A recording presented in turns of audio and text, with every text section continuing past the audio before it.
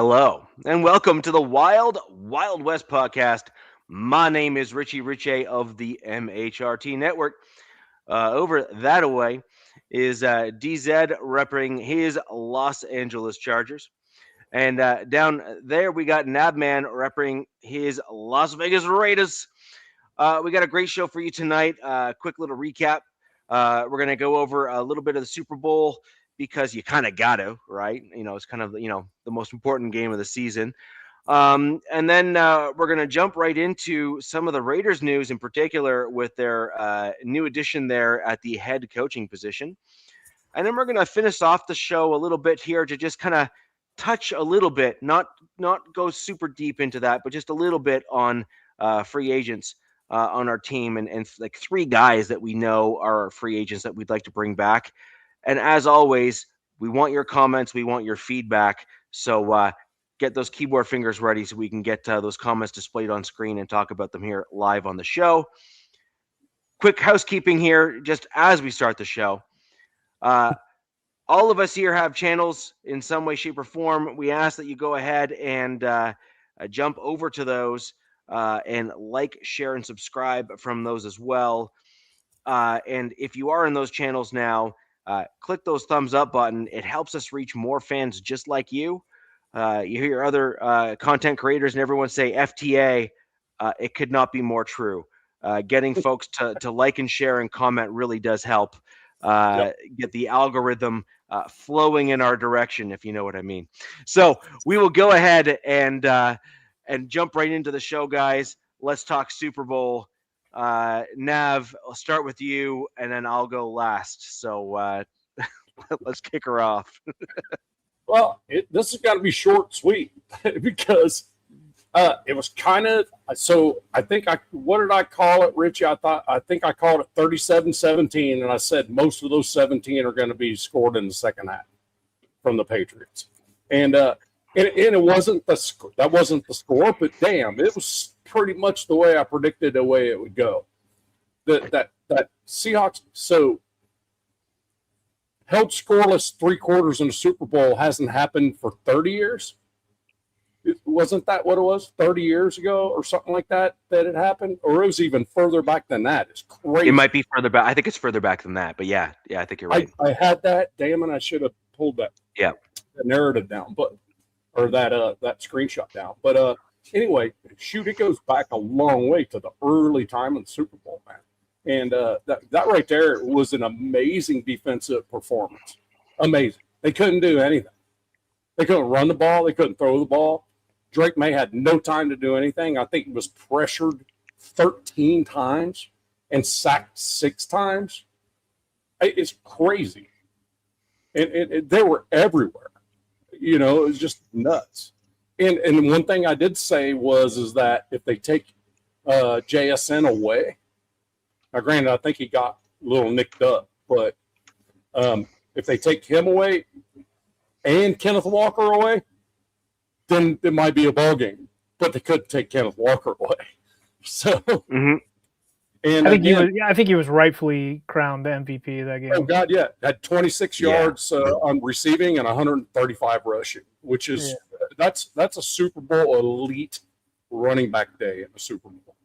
So, and oh, by the way, here's what I always said. Last year, I wanted Kubiak as our head coach. Okay, if I had a message to send to Kubiak, it'd be like, I wanted you last year. However, that would have been a fatal mistake because, one, you would have not won your Super Bowl and been able to bring your ring into the building. Right? No. And two, you probably would have been fired. So I'm happy that we got him this year, not last year. So there you go. That's my Super Bowl take, and I'm sticking to it. All I wanted to see was the Patriots get destroyed, and they did. Yep. I seeing them get to the Super Bowl, I was like, what script is this? Like, there's no way that Robert Kraft's Patriots, Vrabel's second year, Drake May, all this MVP talk. We saw him all playoffs. We saw how he performed all playoffs. We're like, this isn't happening. And, look, Richie and I's team screwed the pooch, right? Like, could have been the Patriots in there. I mean, it could have been the Broncos in there, Yeah. I'm sure a lot of Bronco fans are probably like, we would have put up a better fight than what the Patriots did. And it was, I wasn't really into this. I wasn't really into this game. I just wanted to see the Patriots lose, and they lost. And Drake May looked nothing like an MVP that his fan base tried to gaslight the whole league into thinking that he was supposed to be the MVP over Matt Stafford. Yeah, okay, good luck. I mean, I don't know if you guys were on X or anything, but Sam Monson got eviscerated for coming out and saying that he gave a first place vote to Justin Herbert in the MVP voting, which then entailed had the whole Patriot fan base and other fans come at him. Pretty bad. The guy's got balls of steel, dude. He's actually from Ireland and is a football. I actually have for the last 2 years. He puts out he breaks down games every week, pre and after, and I watch his stuff. I forget his channel right off the bat, but he does a really good job. And I don't watch a lot of guys because some of them I feel like there's a lot of biases towards it. And the fact that he did that, I mean, he set up to be, attacked, but he's, it lasted a few days. People were probably chilling on him, but he was right. I mean,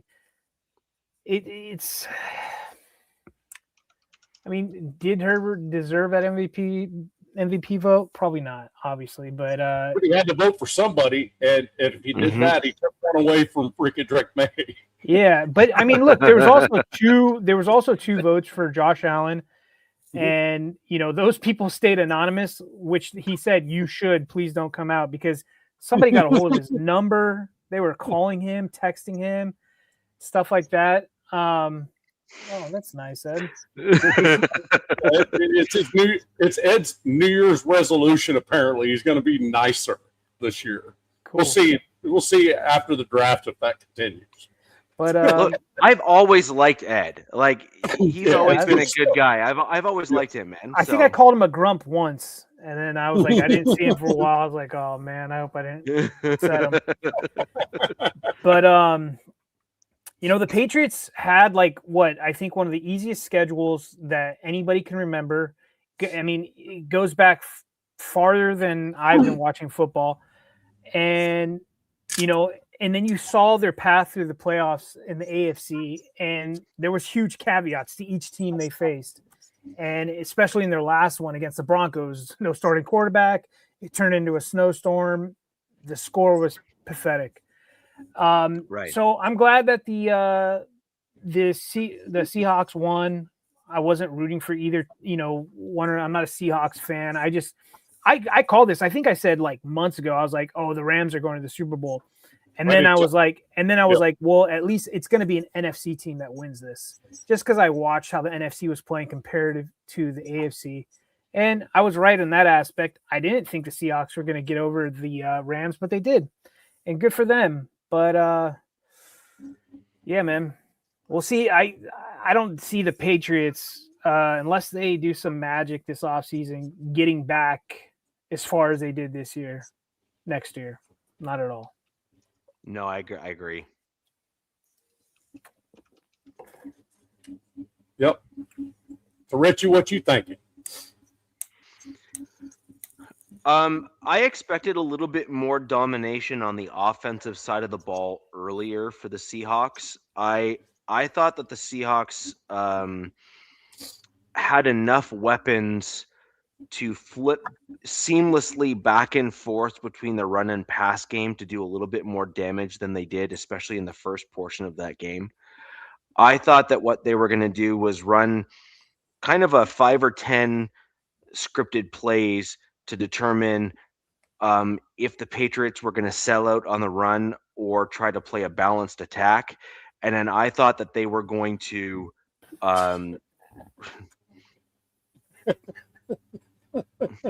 No, actually, Tantino or Tinio. No, although I have heard that Robert Kraft is potentially fond of the Asian masseuses that are leather bound in some way, shape, or form. Just allegedly, nothing but allegedly. Yeah.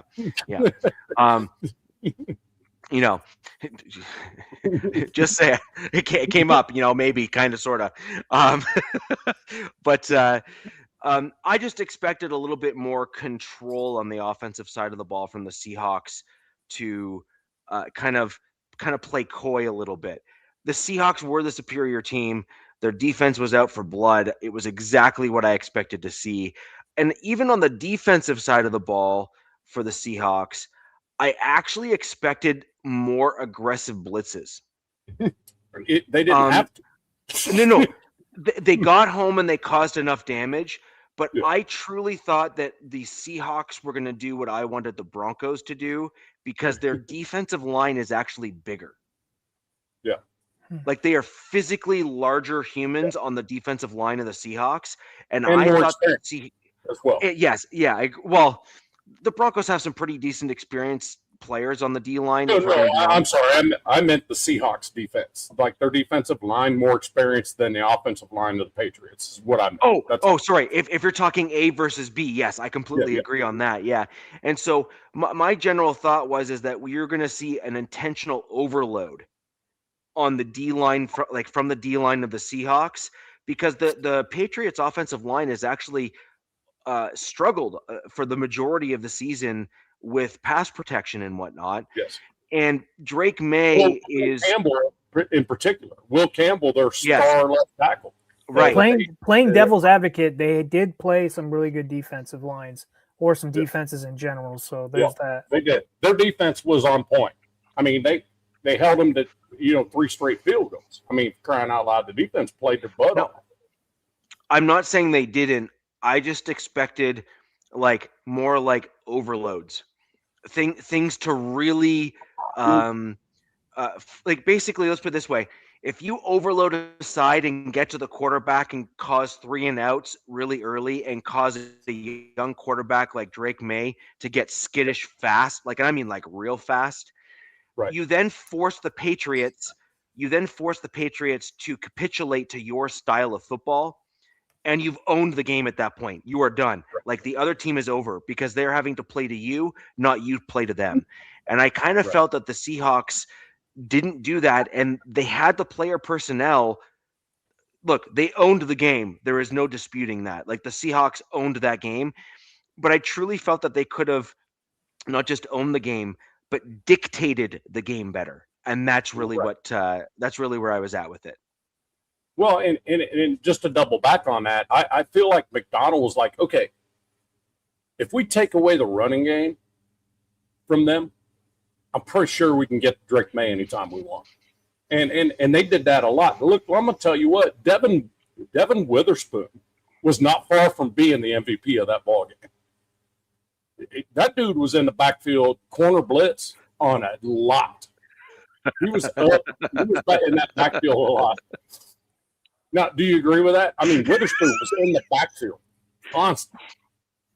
I mean, it was like they were daring Drake May to throw one. Daring.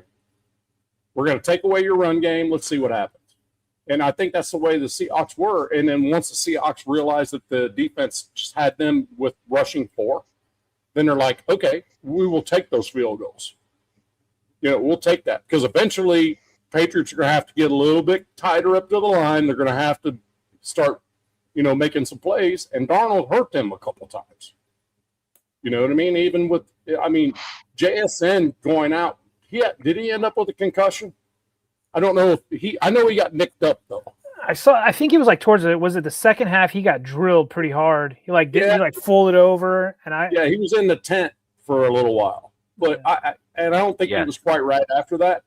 And my whole point of the game for the Patriots to be able to win was you got to take away Njigba and Kenneth Walker. And Kenneth Walker was running all over them. Yeah. Oh, Njigba was out for a concussion, and it took them a secondary evaluation to allow him back into the game. Is that what that was? Okay. Yeah, and so he was pulled for the secondary evaluation because the NFL, honestly, like they've been slammed like pretty hard this season for like almost ignoring concussions for the most part. Yeah. And I think they did not want to. Well, it's not like it's like anything new, but especially this year. And I think they didn't want the Seahawks. They tried to make it a game, really, is what my honest opinion is. I mean, that's that was like what we were trying to say is like the Patriots are going to get down and something's going to happen in the second half, and they're going to try to get these guys rolling again. And thankfully, the Seahawks stood on business and handled it what they had to. But, well, I mean, the last show we talked before the Super Bowl, we all agreed that this is going to be bad for the Patriots. Yeah. This defense is for real. Yeah. Would you say that are we in agreement? I mean, Richie might not be, but that the Seahawks are probably the number one. Were they the number one defense in the league last year? They were. Overall, they were. Overall. There were categories where the Broncos were number one, and there were other categories where the Seahawks were number one. So think about the when Patriots. When you grouped it all together, though, the Seahawks had in totality, they had kind of a higher ranking as a result of grouping everything together. Yeah, and that was also if you include the playoffs as well, because they trashed everybody they played in the playoffs. So I mean, it wasn't even a game in the playoffs. So so you lump that all together, and then the Seahawks, if you look at it in totality, then they probably were the best one as a whole. Okay. And there were people coming from everywhere. I mean, they were rushing four, but they were bringing corners, safeties, constantly. Yeah. Somebody is coming at May, and May, he had no idea what to do with himself. Had no idea. They got a touchdown on a play they shouldn't even. It shouldn't even have happened. It was a busted play in the defensive secondary, and I mean, you're going to have those. The best defenses are going to bust a play. It's going to happen. Yeah. I agree. But we all talked about that. This is going to be the reason that the Patriots lose. I mean, I'm glad the Patriots lost, but is it just me, or did it feel like this Super Bowl was lacking some juice? Like it was boring because it was a defensive against defense for the longest time. I'm talking about like get the Super Bowl. I like the only drama about this Super Bowl was the halftime show. Like that was the whole hype to the whole. I think that overtook what teams were even playing. Like, so overblown. Yeah, but I'm just saying, like this Super Bowl for me, like yes, obviously there's two teams. They're not my team in it, right? But it's just like, I'm like, this Super Bowl, like, low-key, like, yeah, I'm not talking about defenses because I love defenses. And the Seahawks and Patriots, we've talked in previous shows, we talked before the show, how I thought the Patriots defense was really, taking a next level, especially in the playoffs. But to me, the Super Bowl sucked as a whole in general, in my opinion. I was not a fan of it. And I'm glad it's over because I was like, whatever. Hi. Hi. Okay. Can you put that one up from Zahn, my buddy Zahn? Oh. Yeah, because to be honest with you, if you put that one in the chat from David Zahn. Oh, David Zahn. Okay, hang on. Which one? The last one? The very last one. No. Very, very last one he posted. One more down below that. Yeah, I'm with you. Yeah, I'm not even talking about. I'm just talking about just. No, I'm not disputing that. I'm not disputing that, but I like that. I like a low-scoring Super Bowl. I like people getting their ass handed to them. I really like that. I don't like seeing quarterbacks dominating a ball game. I don't like watching that in the Super Bowl. I really don't. I don't know. I like both aspects of the game. I get the whole defensive thing, but yeah, I mean, we could just tell that the Patriots just outgunned from the start, in my opinion. Like their defense was keeping them in this game. Their defense needed turnovers. So, and it just wasn't happening. I mean, they almost got one or two, I think, from Sam, but it didn't happen. Yeah, there was one of those turnovers that almost happened that actually should have been a flag on the defensive player of the Patriots. That wasn't.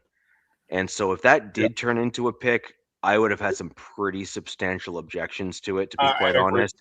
Like it was egregious. Like it was like there was no denying what actually happened.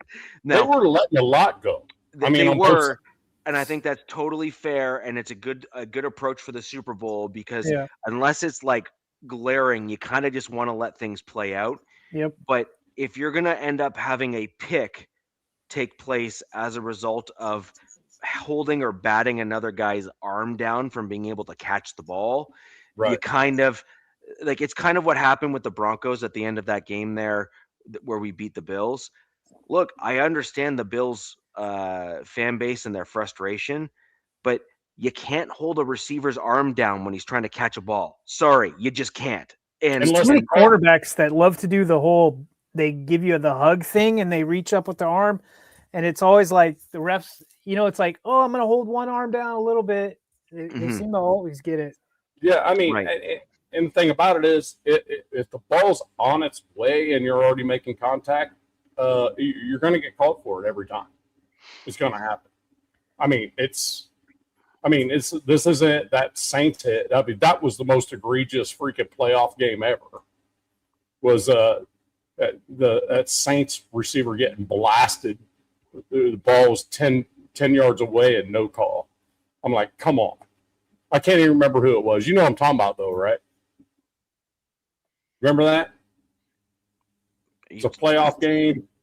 May have been even the NFC Championship game. You talking the Rams? No, Saints. The Saints game. Oh, the Saints. Remember that? Where he got, like, blasted on the sideline and the ball wasn't even there. Yes. And yes. Oh. Like, yes. Was that Olave? No, it wasn't Olave, though. Was it? No, that would have been. You know who it was? That was the other receiver. It's not Williams, is it? Who was that? Who was their star wideout that they had that turned out to be an absolute diva, and they regretted signing him to a big deal? Sean Payton was there, and they had him, and then he left, and he turned into an absolute diva. He had like breakout year when Peyton was there, and he kind of tailed off a little bit when Peyton left. It was that guy. Michael Thomas. Thomas. Michael. Yes. It was Thomas. Plant God. It was Thomas. He was right by the sideline, and yeah, you're right. He got blasted before the ball. Lattimore, somebody blasted him, and the ball wasn't even there yet. Yeah. It was like not even close. David, what are you talking about? I feel like you're like in your own world. Huh? Suddenly they care about holding now. You're talking about. I'm not talking about offensive, defensive holding. What the fuck? No, the long and the short of it, right, is they should be calling plays that negatively impact a player from actually making a play. So, you should not be able to hold a player's hand down as a defensive player, right? From being able, as a wide receiver. David, we were talking about cornerbacks and wide receivers. Yeah. Not D-line stuff. D-line, we know there's holding every play. Almost every play. On the D-line and offensive line, I'm pretty sure unless one tackles the other, they're probably not going to get a flag. Yeah. They teach O-linemen how to hold them. They teach O-linemen where to put your hands. They put the hand here so that it goes underneath the arm, or under, 100%, for sure. So and I'm sorry, defenders how to get that flag. You want to see jersey pull. Now we're seeing the whole the soccer embellishment stuff where they're throwing their hands up to get that ref. So it's implanted in that ref's head. Hey man, I'm getting held. This is getting ridiculous. Raiders fans talk about Max. Max, they say Max gets held all the time. She probably does. So does Garrett. You also need to remember is that I see Max do some stuff as well. So it does kind of go both ways a little bit, where the D linemen, they're trained the same way the O linemen are. So when Max does his swim move, you all Raiders Nation here knows exactly what I'm referring to. His back that arm and go. Boom. Watch his right hand as he passes by the lineman. The helmet. He does the back pull thing. Okay, he does the back pull thing, and you're kidding yourself if you think that's not a holding or some variation thereof. Okay, so look, it does go both ways. Look at it this way, Richie. Look at it this way. There's a reason why our right tackles and left tackles in the NFL, some of them are not drafted early because they have too short of arms. Will Campbell, the dude, exactly. Yeah, that guy got exposed all playoffs. Seahawks blew him up. Yeah. Do you know who Will Campbell reminds me a little bit of? Is looks like dude that they just got out of Home Depot and put out left tackle. Denver. There's some image of him at like a hockey game chugging a beer with his shirt off, and I'm like, this is your guys' left tackle. I mean, he's still impressive. Obviously, he's a really good guy, but so Taino just said, I just sent you that play on text of the Saints game. I'm like, no, you didn't. You sent me a picture. The Las Vegas Raiders have signed Gary Busey as their head coach. That's where you sent me. Come on, bro. Get the hell out of here. You didn't send me that. Every time I see a new clip of Gary Busey, I get sad because he's just getting. No, it's Gary Busey. Yeah. So do you know who the Patriots left tackle reminds me a little bit of is Orlando Franklin. I remember him for the Denver Broncos. Yeah. So useless in LA. Useless. But this is the thing. In the regular season, when he went through the regular with us, and he played a couple seasons back to back, he was incredible as a run blocking right tackle. He was awesome. He was aggressive and everything. The issue though is when he got into the playoffs, he went against dudes that had longer arms and were simply able to maneuver as well as having the arm length over him. And it proved to be a big time problem. And he got blown up in Super Bowl 48. Yeah. Bayou Raider called Will Campbell buttered sausage. Yeah. And no, but it's you guys also had another dude that was with the Broncos that I really liked at the guard position even, and he had a major issue, but he had like T-Rex style arms. Netani Moody.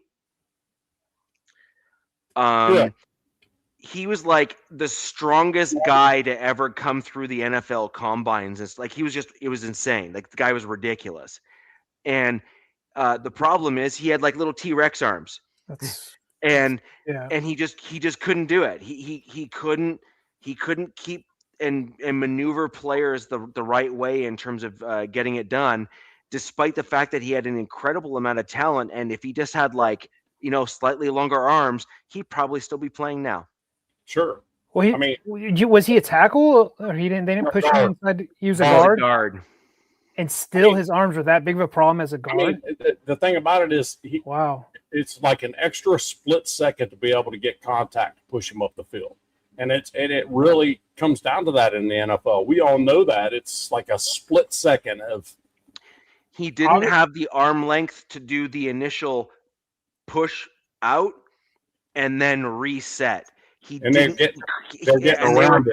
were getting around him as a result. That was the problem. Exactly. Obviously, we'll talk about targets because the combine's coming up, and we'll talk about these rookies. But there's some we won't get into this show, but there's some guys, especially on the defensive line side. And I want to remember his name. I don't know if it's TJ Parker. Good night.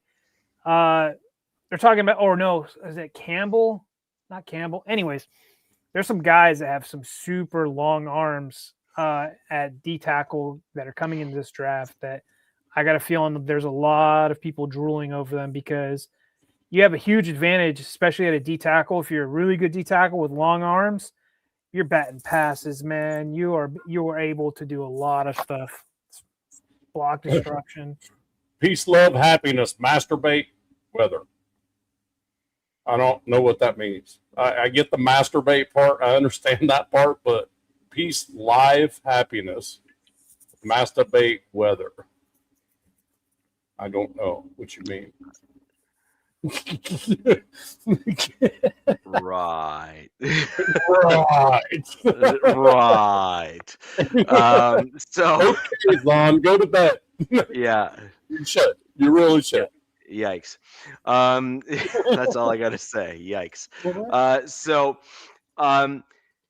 I think that basically sums up the Super Bowl. We by and large kind of predicted what generally happened to some degree. And then we kind of all agree to some respect that it was a one-sided game, but there were certain things we kind of all, I believe, we think that kind of we expected to go differently and didn't.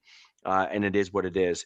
I heard there was a halftime show. I'm done. There's just no way I'm watching that crap. And so I went back to YouTube, watched YouTube videos of people making fools of themselves. That was better. Yeah. So the answer for that for me was a firm no. And so I mean, overall, it was a game that I thought was worthy of a Super Bowl. Generally speaking, I thought you saw some pretty good plays. You saw some excellent running backs, which is a nice playback to have a guy like Walker out there who really did. He earned, like, let's put it this way, guys.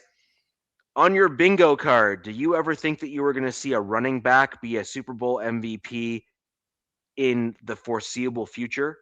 No, I know I didn't. Not this day and age. Guess who the last running back to win Super Bowl MVP was? I don't know. Who? I don't know, Richie. Who is it? Oh, Davis. Yep, 1998. Oh, wow. Yep, Davis. Yep, yeah, you're right. Yeah, Davis. But again, this is the point, though. It went all the way back to 98 to find the last one. I never thought I'd see that again in my lifetime because of the quarterback, wide receiver, or even defensive like nose tackles and edge rushing guys, like because the rules are put in such a way that it kind of favors those players. I honestly and truly never thought I'd see a running back come back to prominence the way we've seen now in today's NFL, and they are becoming very important. Now, so anywho, it's great. There's a comment here that I would like to address. It's Corn 1999. And I want to know what you guys think about that. Let's say Bo is in the game. Let him think the way he wants to think. Let's not ruin the kid's night. Come on. All I'm saying is I don't think it would have mattered who was playing Seattle in that Super Bowl. I really don't. I mean, there was nobody in the AFC that was going to compare. I just wasn't impressed by the AFC in general this year at all. No. Not one team. Not my team. Not really. Nobody's team. They had a good defense or they had a good offense or they had one or the other. Seattle had both. So it was a foregone conclusion, in my opinion, that Seattle was going to win that Super Bowl. To be honest with you. Yeah. I mean, so Corn, I have some bad news for you. You're not going to like my answer, but I'm also going to tell you I don't care. So we'll level the playing field as it pertains. It never happened to begin with, so there you go. So the long and the short of it is this. We saw the Denver Broncos not make the proper adjustments against the New England Patriots, and they had every opportunity to win that game, and they chose not to, in my opinion, because they did some really stupid things. Okay, so now when we look at where we're at in terms of what the Broncos could or could not have done, do I think the Broncos would have been far more competitive than the Patriots given the talent that we have on the team? Yes. Do I think the Broncos would have been able to do a lot more defensively against the Seahawks than the Patriots did? Yes. Why? Because I believe the Broncos defensive line as well as the edge rushers are simply better across the board overall than the Patriots are. I just think that's a fact. Now, the issue that I have, and this is, look, the Broncos have already given you the answer to this question, so I don't even need to be the one to tell you that there needs to be changes. The Denver Broncos have retained and hired back Davis Webb as the offensive coordinator, and there has been very firm and or at least pretty confirmed rumors that he will be calling plays at least to some extent on the field. Wow. What does that tell you? That tells you that Sean Payton is likely getting near the end of his career, and he believes he's going to retire in a certain window of time. 3 years. 2-3 years, that kind of, exactly, 100%. And look at what his mentor did with Sean Payton at the end of his mentor's career. He turned over play calling duties to Sean Payton, and then Sean Payton elevated himself back up to head coaching status. So I believe that the Broncos and Sean Payton have basically shown their hand. They said, we messed up. It was on play calling. We need to get better. We need to get more creative. We need to kind of get a little bit more precise with our play calling, and we need to be able to adapt faster. Now, do I think that Webb is going to be given the keys to the castle 100%? No. Why? Because I don't believe Sean Payton's play calling is atrocious. I actually think he's quite good. The thing is that they're going to be taking Webb and they're going to be heavily inserting him into the play calling duties and scheming, by the way, which is going to be the other big thing, because the Denver Broncos need it, and that's what I think the difference is. Do I think we would have beaten the Seahawks? I think we would have made it very competitive. Do I think we would have won? No. And you're going to hear some information as to why I think so in the last part of the show where we talk about free agents, because I'm also not that high on our offensive line, which is an unpopular opinion in Broncos country. But again, you'll find this with me.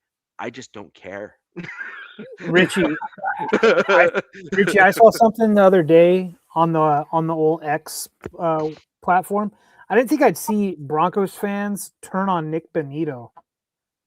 I guess Nick Bonito in the AFC Championship game, he had 0 tackles out of they ran the ball 38 times. What? Yeah, I did not know he put up a goose egg. I mean, we all know how good Bonito was this year, especially at the beginning of the season. Dude he was like a freaking rocket. I'm seeing like people like Broncos fans are like, dude, the guys. I mean, this is a big.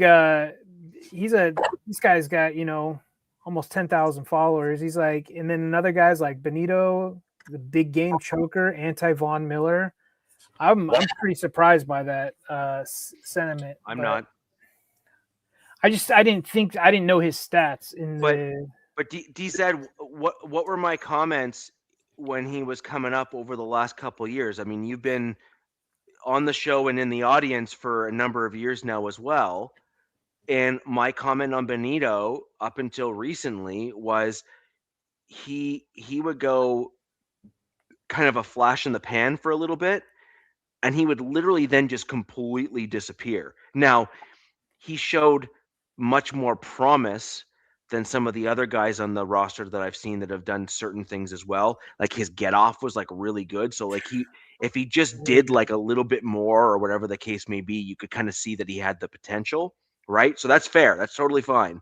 But we've already seen that in Broncos country from Nick Bonito, where he kind of either was hurt and didn't tell anyone, or he was almost kind of like, I'm going to just kind of look like I'm doing the thing to save myself for the Super Bowl, and we'll wait and see what happens.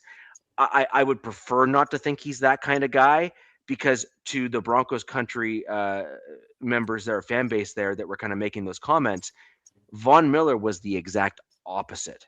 Oh, dude, he showed up. Von Miller was like, like the playoff time. Game on the line, fourth quarter, and then boom, he's been strip sack or something. That dude showed up everywhere he was. Yeah, everywhere. You know, it's unfortunate. You know, age kind of and injuries took over later his career. Yep. But he was stellar as a Bronco, man. And then Vincent 865, he's throwing up some good points. You know, Hall, Algier, ETN, Jefferson trade rumors. Those are all juicy things, especially with free agency around the corner. And with Justin Jefferson. I mean, and then we just saw, and I don't know if it's coming into effect, but I think the NFL used to go, like, if you wanted to trade, right, with somebody, you can only trade, I think, 3 future first-round picks. And the NFL saying they could go 5, which is insane in the NFL. Do you know what that'll open up, though? That will open up teams that have found a franchise quarterback, but they don't think is quite good enough for their team, but another team thinks that they can do better with them. You're going to see guys like that get traded. Like, I mean, like for example, and DZ, this is an unpopular opinion that you're going to hear from me as an example, but as an example right now, today, here and now, the question is, if the Chargers are picking high enough in the draft and they have become, and they believe that Herbert is really, really, really good, but not good enough to get them to the Super Bowl, if you got 5 firsts for him, like, I'd do it. Like, why not, right? Like, why not do it? And so, like, there's a reasonable mental mindset to get yourself in to say. I don't think there's really that many QBs in the league right now that any team should be married to like that. You've got a lot of factors. You've got age. You've got all kinds of stuff. I think the only ones DZ that are protected by that is the older ones, like Steph. You know what I mean? He's got like 1 year left in him, if that. 1 or 2. I mean, but the dude just won his first MVP in the NFL. It is right. I mean, it wasn't close to be fair. Here's my point, though. If I'm Seattle, and if that rule passes, and I go to the Chargers and say, I'm going to give you 5 firsts for Justin Herbert. Yeah. They have a good enough team pretty much all the way around that they're not going to need to constantly look for pieces. They can use their second round as their de facto first round and then kind of build out through like depth and coaching and all that kind of stuff. Yeah. Like if I'm the Seahawks, I'd seriously consider it. Yeah. But I mean, they do have some free agents to take care of, but get this, they are the Super Bowl champs and they are in the top 5 in cap space right now as well, which is pretty scary. Yeah. And Raiders as well. But you guys didn't win the Super Bowl and you're rebuilding. What's crazy is they won a Super Bowl and they're like number 3 in the league in cap space. That's crazy. This is what's going on. This whole last week, I've seen different cap numbers. I'm just for my team. And I'm asking guys, I'm like, where are you getting this cap number? Because I'm looking on Sports Track and all these things. And so people are going, well, you got to wait for so-and-so's money to come off the books. And then this, that, and this, and the other. March 11th's the day. Yeah, that's because I've heard, like, if you look at a Sports Track right now, Chargers have 83, and that's even after re-signing T.R. Tart. But then earlier this week, I'm talking to guys. I'm like, hey, man, where do you come up with this number? And it's 100. It's over 100 million because they're waiting for money to come off the books with Khalil Mack and so and so. So I'm just like you, Nav, I'm just going to wait and see what it's going to be like March 11th. March 11th the date. I mean, projected for the Raiders about 98 million because there's so many 1-year contracts. Those little $1 billion, $2 million deals are going to come off at the same time, released at the end. But to go back to Richie, 5 firsts, dude. I'm not married to any quarterback. Understood. 5 first-round picks, and we're seeing that Sam Darnold, who was a first-round talent that, and he got, thrown around and he got to be around. The Jets, bro. Product of the Jets. He won a Super Bowl, so why not, man? I mean, five first rounders to be able to be picked or be given for a quarterback, an existing quarterback, actually makes the Jets relevant.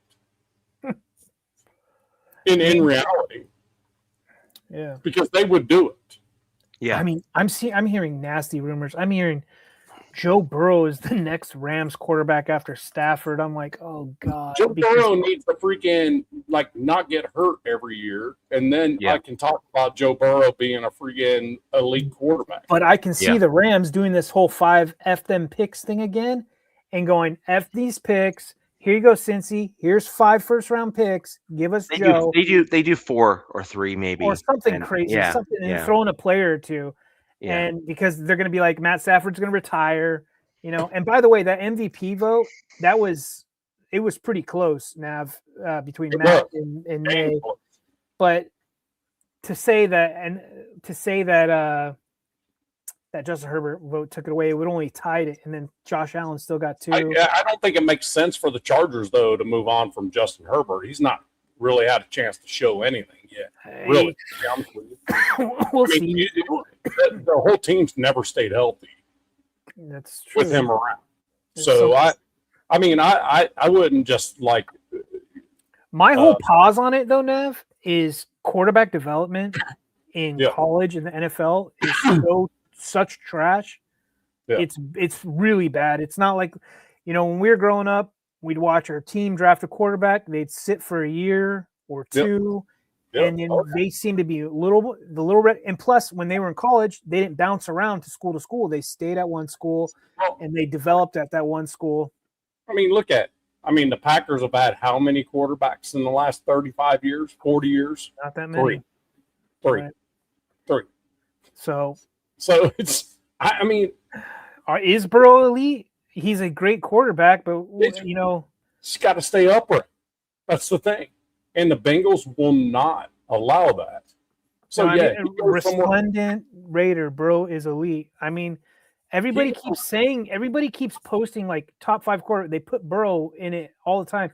They don't ever mention that Burrow has probably the best duo at wide receiver and had Jason T. Higgins, amazing running back. And by the way, pretty good tight end as well.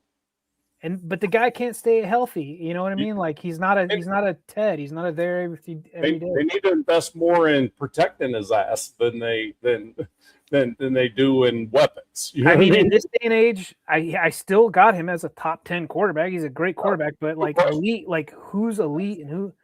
I just don't know anymore, man. Well, we don't know because now we had Drake May and Sam Darnold in the Super Bowl. Right. Now we don't know who really is elite. Lamar can't get it done.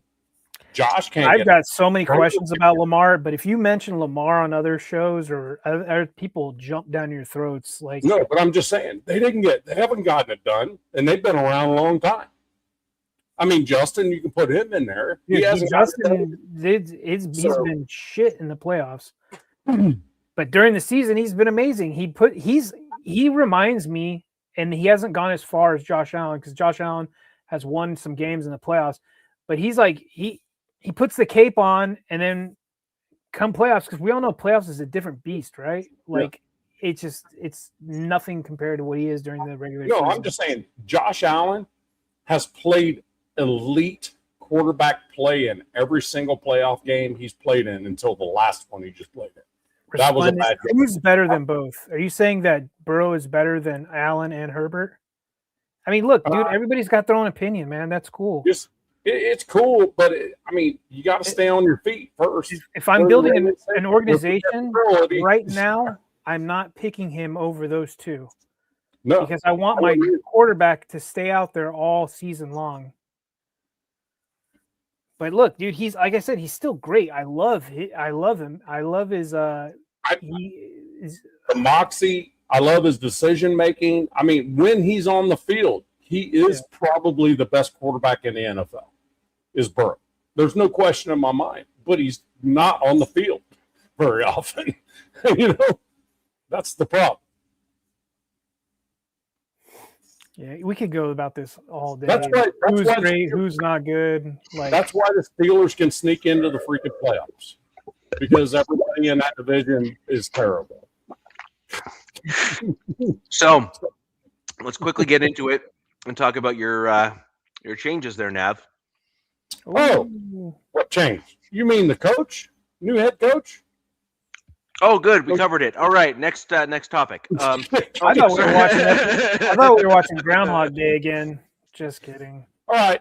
So Kubiak coming in the building. The one thing that I think is not super important is who the offensive coordinator is going to be. Right. I mean, here's the thing. The logical choice is that Janoko from Seahawks comes with him. But if he decides to stay and be the offensive coordinator for the Seahawks, then, I mean, I wouldn't have a hard time with John Benton coming over. 33 years in the league, the dude's a freaking offensive assistant, offensive line coordinator. I mean, it doesn't matter because he's going to be in the booth. He's going to be coordinating the game plan because Kubiak's going to be calling plays. So all you need is an offensive coordinator who can take a little bit off his plate. That's all you really need. The important part for the Raiders is going to be who our defensive coordinator is going to be. Yeah. And to be perfectly honest with you, that is limited quite a bit. So when I look at it, everybody's talking about Jim Schwartz. So let me tell you, I dug into that a little bit further. One, he kind of screwed himself by resigning from the Browns. He did it. I think he did it on I'm pissed off, I'm out of here. Because, and I don't blame him, Todd Monken over Jim Schwartz? Come on. Browns, all you do is keep screwing up. I mean, come on. I look, I can't speak too terribly about how you keep screwing up because I'm a Raider fan. So but I'm just saying, really, Jim Schwartz is not going to be your head coach. You don't promote him. Come on. When you get rid of Stefanski, I mean, come on. So, what it will take to get him would probably be a fourth rounder if we wanted to get Jim Schwartz, but we don't know what Kubiak's looking at. We don't know what our head coach is looking at. It was obvious in the presser. He said, hey, once I'm done with this parade, I'm in the building and we're going to go to work. And even when he was asked about Mendoza, he goes, just need to look at some tape because all I've been looking at is tape on people that we're going to be playing against until I won a Super Bowl. Rightfully so. That's what he said. You know what I mean? And I love it that dude's going to walk in the building getting ready to get his ring. That should be instrumental in the locker room. Schwartz, I don't see that. So Seattle, the defensive coordinator in Seattle is dirty. And I can see that happening because the dude is the defensive coordinator, but Mike McDonald calls all the defensive plays. So this is a chance for Dirty to actually, with Kubiak, right? That's a chance for him to actually take a lateral move and actually be a play caller on defense. I can see that. So here's my next piece. Robbie Leonard, we kept him for a reason. Robbie Leonard's a young defensive mind, and he's been in the building for a while. If we just elevate him, literally costs nothing except for a pay raise. So Rob Leonard was basically Patrick Graham's right-hand man, but when Rob Leonard got an opportunity to call defense, we looked a lot better. Went to a little bit more of aggressive, push it up the field type of deal, right? But let's see. Like I said, and then the offensive coordinator is really not that big a deal to me. You just need a dude that can actually game plan, to be honest with you, because if the head coach is going to be calling offensive plays, then you just need a dude to take some shit off his plate. To be perfectly honest with you, it's not that big a deal. And then all the other special teams coaches. Now, I think I told you this, I definitely do want Jay Harbaugh as a special teams coach. Not happening. But from the Seahawks. Oh, by the way. I'm telling you, I want this dude. I want this dude. Come on. Bring him. And DZ. The fact that he has a Super Bowl ring before his father, That's got to really, Jim's like. That's got to hurt. That's got to hurt. And that's why I want him. That's why I want him. Twice a year, you'll see Daddy. Let's go. I'm big about Jay Harbaugh. But anyway, enough with the coaching stuff. The rest of them will be filtered down. Coordinators. We kept a few. Like I said, Rob Leonard is the defensive mind. I can see him being elevated if that's what Kubiak wants. And I call Kubiak Ice Cube. Kube. Kube. And the reason why is because his presser was that way. I think you guys are probably starting this week, you will probably see a flurry of dudes being brought in or rumors because they're essentially right now the Raiders are the last team to get their staff assembled. So they need to move quick because like you alluded to earlier, I think the new league year opens in 1 month from today. Yeah. So, they want to get a jump on it. So you guys are probably going to assemble that staff, pretty quick. You have 1 week. I feel basically have 1 week.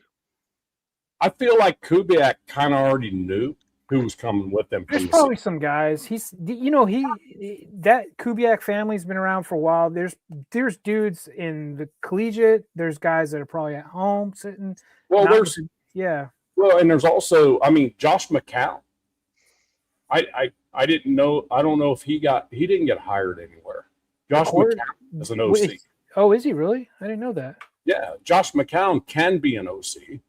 Okay. You know what I mean? He's not had an opportunity to be one, but I can see that possibly happening. But like I said, OC is not my concern. DC is my concern. It should go, you got your head coach, DC, offensive line coach, and then the rest will just fall where they need to fall. Right. And the OC should be an OG. I said OC, OG. Bring an OG in there, to a game plan. The dude knows how to do the work. Been there for years, and that's Benton out of I said freaking, not the FU. So just so you know, I'm getting better. I'm getting way better. Good tonight. Getting way better. P's and Q's. I'm getting way better. So Nav, I have a suggestion or a solution actually for your team. Sure. Which I'm going to regret saying.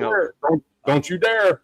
So I agree. I actually think the guy from Seattle there is probably well suited for your team as a DC. Yeah. And the way you get around the lateral move piece, and this is actually likely a real possibility for your team, which is you have an offensive-minded coach who doesn't really need additional help on that side of the ball. You're 100% correct. He just needs a guy, kind of like the way that Sean Payton needs a guy in the OC role, like up until recently. A game planner, a guy that kind of like build the offense and kind of figure it out. Yeah, exactly. And you need someone competent to do that. So I think if you get a guy to fill that role, I think you're good. Now, the flip side of that is the guy from Seattle. I think you subvert the challenge that you're going to run into, which is a lateral move can be absolutely rejected, by not making it a lateral move. I believe technically not. No. But remove the technicality. Right. Bring him in as an interview, as an assistant head coach and defensive coordinator as his job title out of the gate. And I think those guys are tight enough that Kubiak would be comfortable with something like that. Because the Raiders have done something like 1 week after, not even like a day after Pete Carroll was fired, they named someone the president of freaking football operations. And guess who that is? John Spytek. He's the GM and the president of operations. I got a fun name that might be a potential DC candidate. We said Jim Schwartz. You mentioned Rob Leonard, internal hire. Yep. What about Sean McDermott? He can't. He retired. He technically retired. Like it's much like Schwartz. You have to trade for a dude like that. You have to put players in. You have to entice them to release them, take them out of their deal.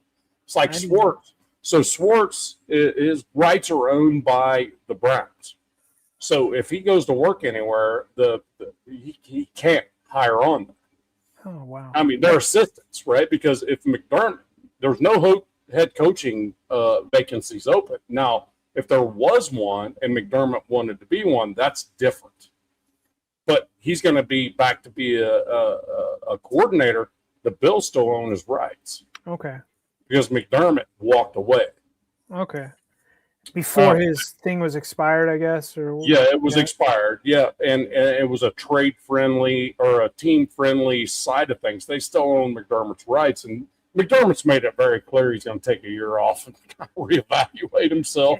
There was another. You kept talking about Durde, right? From the Seahawks is another potential. There's another guy, isn't it? He's also with the Seahawks, isn't it? Carl Scott. Yeah. As well. Carl Scott. Yeah. Yeah. Yeah, it's another one. Okay. But before I went there, internally, Rob Leonard would be elevated to DC, in my opinion. To me, your D-line guy, right? My D-line guy. Yeah. Okay. Let me see Bayou, he was fired, but the rights were still. The funny part about it is his contract is still out there. And Bayou, you gave me the key on the Schwartz thing where I could unlock all this crap. So it's called greasing the skids, by the way. You can grease the skids by giving Cleveland a 4th rounder, which, oh, by the way, we have 3 of those. Yeah, what's wild that you guys have that many 4th round picks? Yeah, 3 4th rounders and a comp pick in the 4th. 4th rounds are juicy picks. And a comp pick in the 4th. So there's some other names. I saw Andre Patterson, Steve Wilkes, and George Edwards. Steve Wilkes, I think, is staying. Okay. So I'm not sure he's actually. They didn't bring him in the building that I know of. But now it's what it's going to come down to now, because being late, because we were like, hey, we want this dude or nobody. And we got Kubiak, and it's like, hey, he's the head coach. He brings his people in there, and he lives and dies by it, right? So I think that's kind of why we're kind of just like chilling on it a little bit. Let's see what he wants. My guess is second interview was like, I want this guy, and this guy. I got these guys right here going to follow me from the Seahawks and this and this and this. Look, I'm not in NFL high-level discussions with head coaches, but I'm in high-level conversations with multi-million-dollar stuff going on. And when new people come in, they're like, I got this guy, and this guy. That's who I want. So I don't think it would be any different than that. I'm pretty sure Kubiak's like, we need to work on all this stuff. And to be honest with you, March 11th is going to be a big deal. But for the Raiders, the bigger deal is let's get this staff complete. That, to me, that's a bigger deal before we even talk about free agency. But I do have people I want to keep that are free agents. So I guess that's a segment on the show here, isn't it, Rich, at some point? They call that a segue, if I've ever heard one. Segue. A segue. Not to be confused with a drunken Elway on one, but a segue into the next segment. I mean, I agree. I think you guys have a tremendous amount of options still available to you at DC. I think there's a bunch of names. By the way, there was another name from my Broncos that I refused to bring on screen. I'm not going to give it airtime because keep your hands off of my guys. He is definitely he's the guy that I think the Broncos were going to elevate if Vance Joseph didn't come back. And he's a legit contender for like a DC in the very near future. I agree with you. And then another guy that was actually that I think is on your roster of coaches that is a disciple within the Fangio kind of system and stuff is Joe Woods. Yeah. He was actually at one point within the Broncos organization being heavily considered as a defensive coordinator candidate for us when we moved on from Vic Fangio as the head coach, where they were toying with the idea of elevating him as a defensive coordinator. Yeah.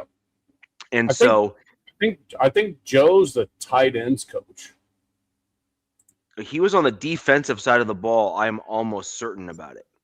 Oh, wait. Okay. I'm thinking of something else. His specialty has typically been cornerbacks and stuff. And then as a result, he kind of has developed like the strategy end of it because he's having to react to the offenses. Defensive backs coach, my bad. Right. Cornerback, defensive backs, exactly. Yep. And he was being highly regarded within the Broncos organization as being a very legitimate candidate for defensive coordinator. And then before the Broncos could really do anything, he was allowed to walk to go to another organization of his own request, and then eventually landed with the Raiders. But he's a mind that I wouldn't necessarily sleep on. Like he's got the chops, and he's definitely got pedigree to say, yeah, you're probably capable. Right, but if you elevate Rob Leonard to DC, then you elevate that dude one more. Well, and that's possible too. Yeah, that's possible too. Logical progression, right? Yeah, it's possible too. But I'm saying Woods could well be competing for the defensive coordinator gig as well, in my opinion, because he has that respect within the league as far as last I heard at least. Yeah. He's a very, very good coach. Anyways, moving on to our free agent stuff, to make good on your segue before we go ahead and lose it. I'm going to quickly just kind of break down a little bit on the Broncos side. Yes, that's who I was talking about, Joe Woods, correct. And I'm just going to quickly break down a few free agents that you guys are likely familiar with on the Broncos that are going to be names that you just kind of recognize. And we'll go from there. We have John Franklin Myers, who's probably the biggest name as a free agent on the Denver Broncos. He had one heck of a season. I mean, like one heck of a season, and he's going to be getting himself a nice Brinks truck at some point from someone, if I'm not mistaken. If I had to guess. However, I do not believe it is going to be with my Denver Broncos. No. I believe that we have identified him as the comp pick guy for our team, where we believe that he's going to get a big deal. We're going to let him walk, and then we're going to try to bring in some additional talent there. Right. Some other quick guys that I will just kind of quickly break down. Alex Singleton, inside linebacker. J.K. Dobbins, running back. Justin Stranad, inside linebacker. Little Jordan Humphrey, who is not so little. And Sam Mustipher, center, who we brought in as a stopgap, who played very well, actually, for the Broncos as a backup center. So that's a couple people to keep in mind. I'm going to quickly touch on a couple of restricted free agents. Jaquan McMillan, our nickel corner who started the entire season for us, is a restricted free agent. Palcho, who has been mentioned many times on the show, is now a restricted free agent for my team. Jaleel McLaughlin, running back. He was the scat back that you saw play number 38 on my Denver Broncos. A pretty good player, but kind of a limited guy. Really only good at kind of a couple key things, not a full, well-rounded running back. Right. And tight end Nate Adkins, my favorite tight end on the roster, actually, for my Denver Broncos, who I do believe we will simply bring back if I had to guess. Richie, the Broncos might have the least amount of free agents unrestricted out of any team in the league right now. I think you only have 11 right now or something. Yeah. We have 18 unrestricted. Yeah. 18. And then I'm only going to really bring up one guy that I think that matters on the exclusive rights free agents, and that is Dondrea Tillman. at the edge position for my team. He's a low key, like, pretty solid contributor to the Broncos. He's a guy that no one talks about, but you look at his stats and he's quite good. He's quite good. He's been low key productive, and he has been a developmental player that the Broncos have been working on behind the scenes. So those are the kind of the highlight free agents within the Denver Broncos. Just so you think John's going to be your comp walk away guy? Correct. Okay, what about Alex? You guys are going to sign him lifetime? I think he's a lifetime Bronco, in my opinion. I think he's being brought back. Singleton. Alex Singleton. No, and then he's the lunch pail guy. He's the guy you actually want on your team, that you bring in on a like team friendly kind of deal, where you allow yourself and him to kind of like walk away without dead cap kind of thing, where you come up with like a mutual agreement and you kind of say, we want to keep you, you want to stay here, but we need you to be basically like a linebackers coach on the field. Yeah. And you keep him on the field to work with all of the young dudes that are on your team. I mean, he's getting up there, but he's still playing at a high level. Yeah. You've got like what? John Franklin, Alex Singleton, PJ Locke, and Stranad. Those are like dudes, like if from an outsider looking in, that I'm like keen on. Because those are the guys. Take Stranad. I mean, I would. Take him. I'm happy to give him up. Okay. Really? Thanks. Yeah, happy to give him up. I will give him credit where credit's due. He did actually improve this year compared to where he was last year, but he still showed his deficiencies in his game throughout the season, where he was beat pretty hard on where he kind of like overcompensated, kind of went like a little too aggressive, bad routes, bad cuts, didn't stay in his lane, all that kind of stuff. He does have some speed to him, so he's able to make up some of that from time to time. But overall, if I'm going to look between the two, personally, for me, I just think Singleton is just a better rounded player and more willing than Stranad is to impart. He's a tempo setter, man. Yeah. So he's not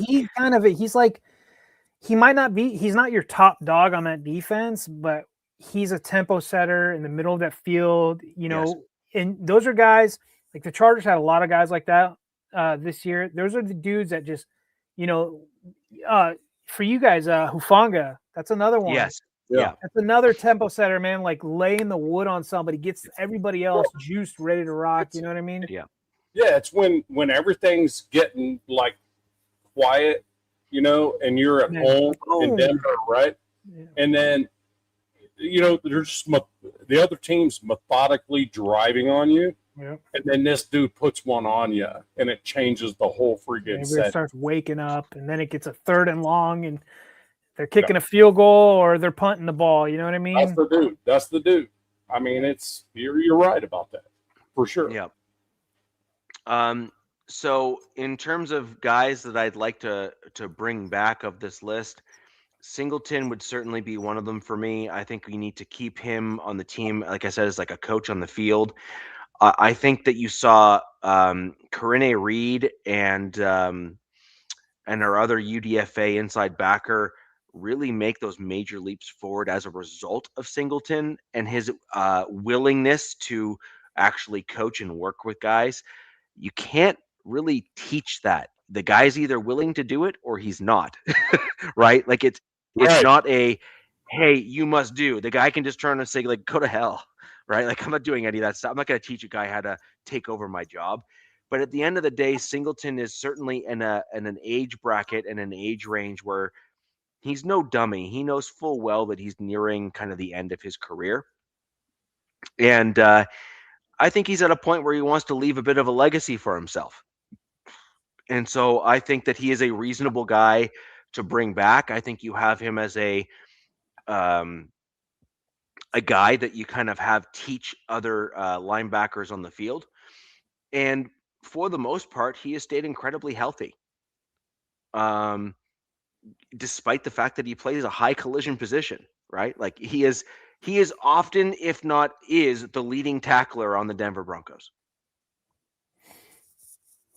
Right? And he had himself some plays when it mattered most as the season kind of got down to crunch time. And I think that needs to be, in my opinion, rewarded, because I think it sends the right message to other free agents as you seek to bring them in, that guys that become staples on your team are not just kicked to the curb when it best suits you, or when it might suit you. You want to keep them but make it reasonable for the team as well. And I think that needs to be kind of something that's worked out there. Out of these other guys in the unrestricted free agent category, I would be interested in JK, depending on the other free agents that we might bring in.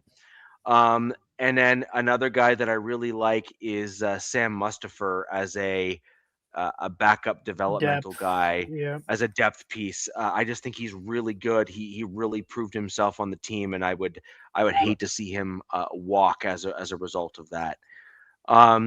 In the next group, I will literally just mention 3 dudes from the next group of my Broncos. Jaquan McMillan is going to be a tough one to see walk. I'm not convinced that Jahdae Barron is capable of filling in at that caliber.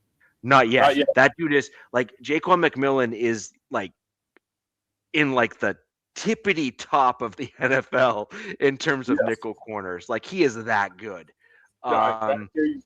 Give us him. Give us him, because that's exactly what we need on our defense. Is a free safety. And then we got well, he's a corner, right? A nickel corner. And then we got Palcho. Yeah. And then we got Palcho, who is a Swiss Army knife on the offensive line. Literally the only position that dude does not play and has not played for us yet is center. At some point, he has played every other position on the line. And to be quite honest, he hasn't really missed a beat when he's played at any of those positions from the starter that was there. So, like, that's a hard one to say, let him walk. And then in a Sean Payton or even a Davis Webb or a Webb-led offense, you need a tight end that can both block and catch, and has the flexibility of play fullback if you want. And that gives you the roster flexibility that if you don't want to carry a full-time fullback, that you got the tight end that can play that role for you instead. And Nate Adkins is that guy. So he gives you that full flexibility in that position. And I think he would not be that expensive given just generally speaking, kind of like it's a non-sexy position in the NFL. You know what I mean? It's he's not a Travis Kelce. He's kind of the tier below, right? And the Broncos are they have no more dead money now, right? Going into this, like that's all done. Russell Wilson after all this. Done, yeah. March 11th, it's done. Yeah, and then last but not least is out of the last group, which is the exclusive rights. I am quite happy with letting all of the other guys go, except for Dondre Tillman. I just think that he is a really valuable player as a depth piece, and you have him compete to see if he can elevate himself to get into that starting rotation. Nothing else. Nothing else. You stick him on a practice squad as a depth piece. Right.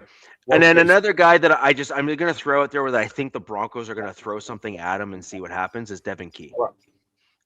He was a gunner for us. He was spectacular on special teams as a gunner. And he played a little bit actually at the safety position, his natural position on the field, and did okay. And so I actually think that he could be a guy that we might throw something at and just kind of see what happens. But it's going to be really an interesting one for me. Last but not least, I'm going to quickly throw out a couple names. I got 3 position groups that I believe we're going to target, and I got 2 guys at 2 positions that I'm interested in. Kenneth Walker is actually a free agent. Yep.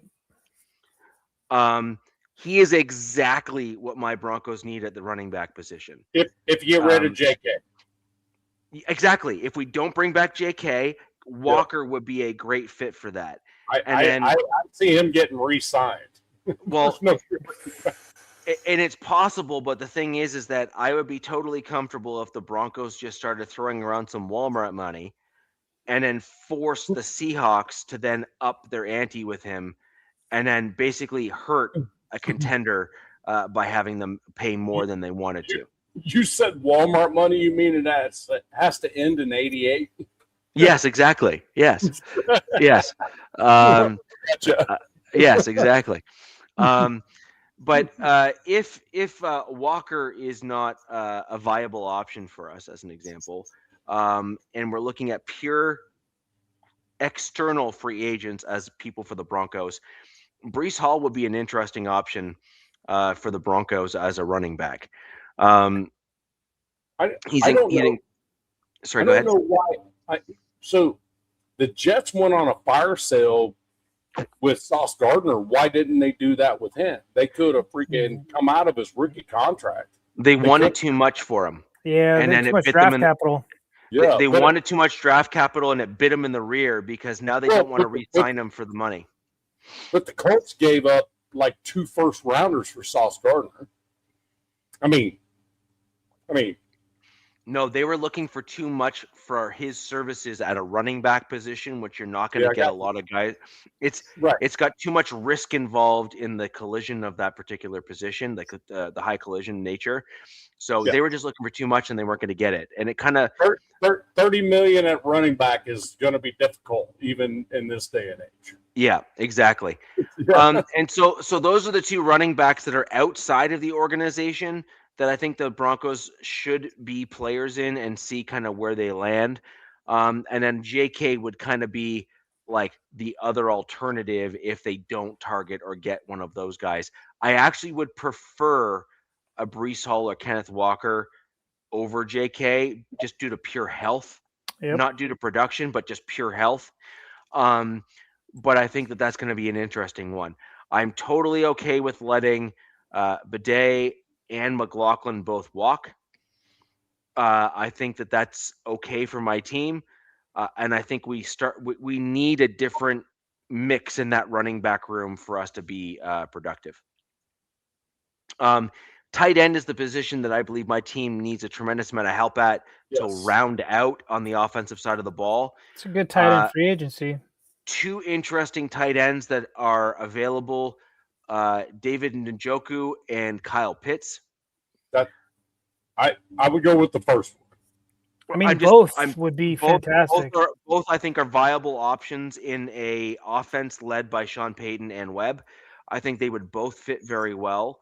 Yeah. I think they can both be very productive. I think Kyle Pitts doesn't like to block, and Njoku will. Yes. There's some of that, yeah. And so those are just 2 names that I'm kind of tossing out there. I believe the Ingram experiment did not work out all that well, if I'm going to be perfectly honest. I'm glad he passed up on us, to be honest with you. He just wasn't putting in that extra effort that was required to do what he needed to do to be productive. He's like a non-factor for you guys, man. Yeah, exactly. And I got a bit of a nostalgic name here, but I think that the Broncos are probably going to do something if I had to guess. And I think the Broncos may make a play to bring back Von Miller on a vet minimum. Oh, wow. No shit. That would be great for your locker room. Just save it to the playoffs, I guess. I don't know. I think he's going to be a pass rush specialist that'll be brought in as a vet minimum deal. I've heard that Miller is wanting to play that role for the Broncos. He has come out and publicly said he wants to come back to the Broncos. He knows that this is like the back 9 of his career. He's wanting to basically play the role of an edge coach on the field or a pass rush coach on the field. And if you got a guy here, we just spoke about him earlier on the show. You got the dude that the team wants to become the next Von Miller in Benito. And you got Von Miller who's saying, I'll come back to your team for a very reasonable price. Yeah. So the question then is like, why not? look what Aaron Rodgers did. He went to the Steelers for $10 million. You know what I mean? It's like, hey, I'll be good for your locker room. I'll be good for this or whatever. You guys can say whatever you want. Anybody can say whatever they want about Aaron Rodgers. But the dude is actually a good locker room dude. He is. Yes. He really is good for the locker room. Yes. You looking like Mike McCarthy, you should know this. Of course, 100%.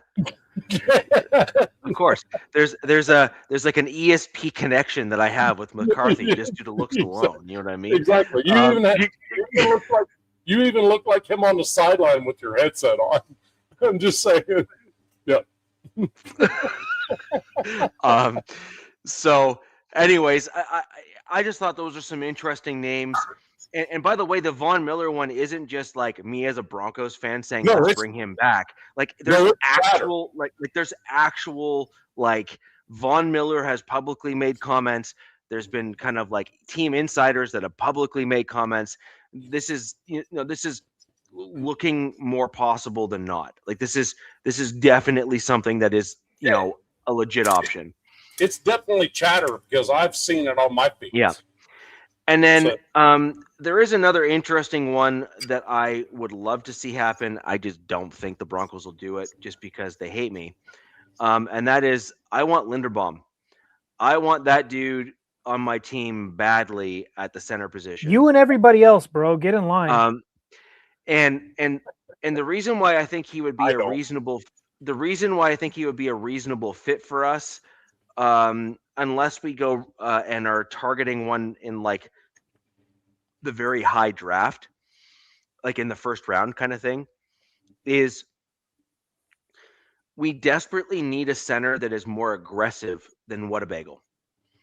Yeah. And we need a center that is more competent than Whataburger. You all screwed the pooch on that one. However, I think they re-signed Wattenberg, and I'm hoping I'm right, but probably extended, right? They did, but I think Wattenberg would make a better guard than a center. This is Richie drinking some copium right now. And I hope he's trying to get his Linderbaum thing entwined and make us see it through his orange-colored glasses. Yeah. I would like to see Wattenberg move over to left guard to take over for Powers, who I believe the team is going to move on from. And then I would like the team to find that center of the future that is larger, more aggressive, more physical, and basically all of the things that the teams that did really well in the playoffs where they had like the good offensive lines, they all started with large kind of physical centers that were able to hold their own in the middle of the field. Right. And it's such an important position. And while I will agree, Whataburger, because I refuse to call him by his real name, has improved. Whataburger's a good place to eat, though. I mean, that's Whataburger. No, Whataburger is a good sandwich, though. I mean, that's why you sure call him Whataburger. I'm sure it is. Whataburger is actually a good hamburger. Yeah. So what I'd like to see is the Broncos get a center of the future, a guy that can grow with Bo Nix. Bob Jones. I think he's 27. Yeah. So that would be my preference in terms of that. He's going to set the market. Whoever he goes, he's going to be the highest paid center in the league. And I did not see any really interesting interior defensive linemen that we could backfill that really caught my eye. There's a lot of older vets available, Richie. But if you're making like a Super Bowl run, like there's some dudes. The only guy that I could see us going after, believe it or not, is Calais Campbell. Yeah, I don't know about that. Yeah, I mean, he's a Colorado native. Yep. And he's better now than he was. Yeah. I think the Texans, like their whole D line, except for the edges, are all free agents. There's some guys, they're just older. He's better now than he was. That dude, his name comes up in every game. Yeah. He's a very large human being. He's been in the league forever. He would be, again, a great locker room. Or something? Yes. Hey, yeah. So can I address something real quick? JoJo that's up there says Trump 2028. We don't do politics up in here. We just don't do that. We're talking football. Beat it. Get out. Bye. We don't talk politics in here. We're talking football. Copy? So copy. Everybody agree with me? You guys agree with me? What he said. Okay. I don't. Dude, I'm Canadian. I can't. I'm Canadian. I'm not allowed to vote in the U.S. election anyway. No, I understood. But you don't pop in here. We're talking about football with some politics, man. Get out. Whether you like them or not, I don't care. No quicker way to chase away people than talk politics. Yeah, right. 50% of the American audience will go away when you start talking that. So yes, that and religion. Yeah, either one. I agree. A very divided country right now. Yes. So looking ahead with that, there's like I said, there's a few vets and stuff like that. Calais Campbell just caught my eye because I know he's from Colorado, and I know there was talks about him coming to Denver at some point. Just the natural play for your home team before you retire. Play for your home team before you retire kind of thing, right? Right. But overall, I think that this free agency, the Broncos are going to make a couple splash moves overall. And then I think there's going to be like one or two in the splash move section for the Broncos. And I think there's going to be a lot in the third wave for the Broncos. How many draft picks do you guys have, Richie? Do you know? I think we have all of them. So you have 7? Okay. Yeah. I could see you guys making, you guys are this close, right? And to me, what that looked like is running back, tight end, wide receiver. That's I'm not saying you need to get all 3, but I'm thinking the Denver, the Walmart CEOs and the board members are we need a difference maker because nobody else was a difference maker for us in the playoffs. And that's probably, they're going to look at vets or even possible trade for somebody. I mean, I've heard Waddle's name has been floated around.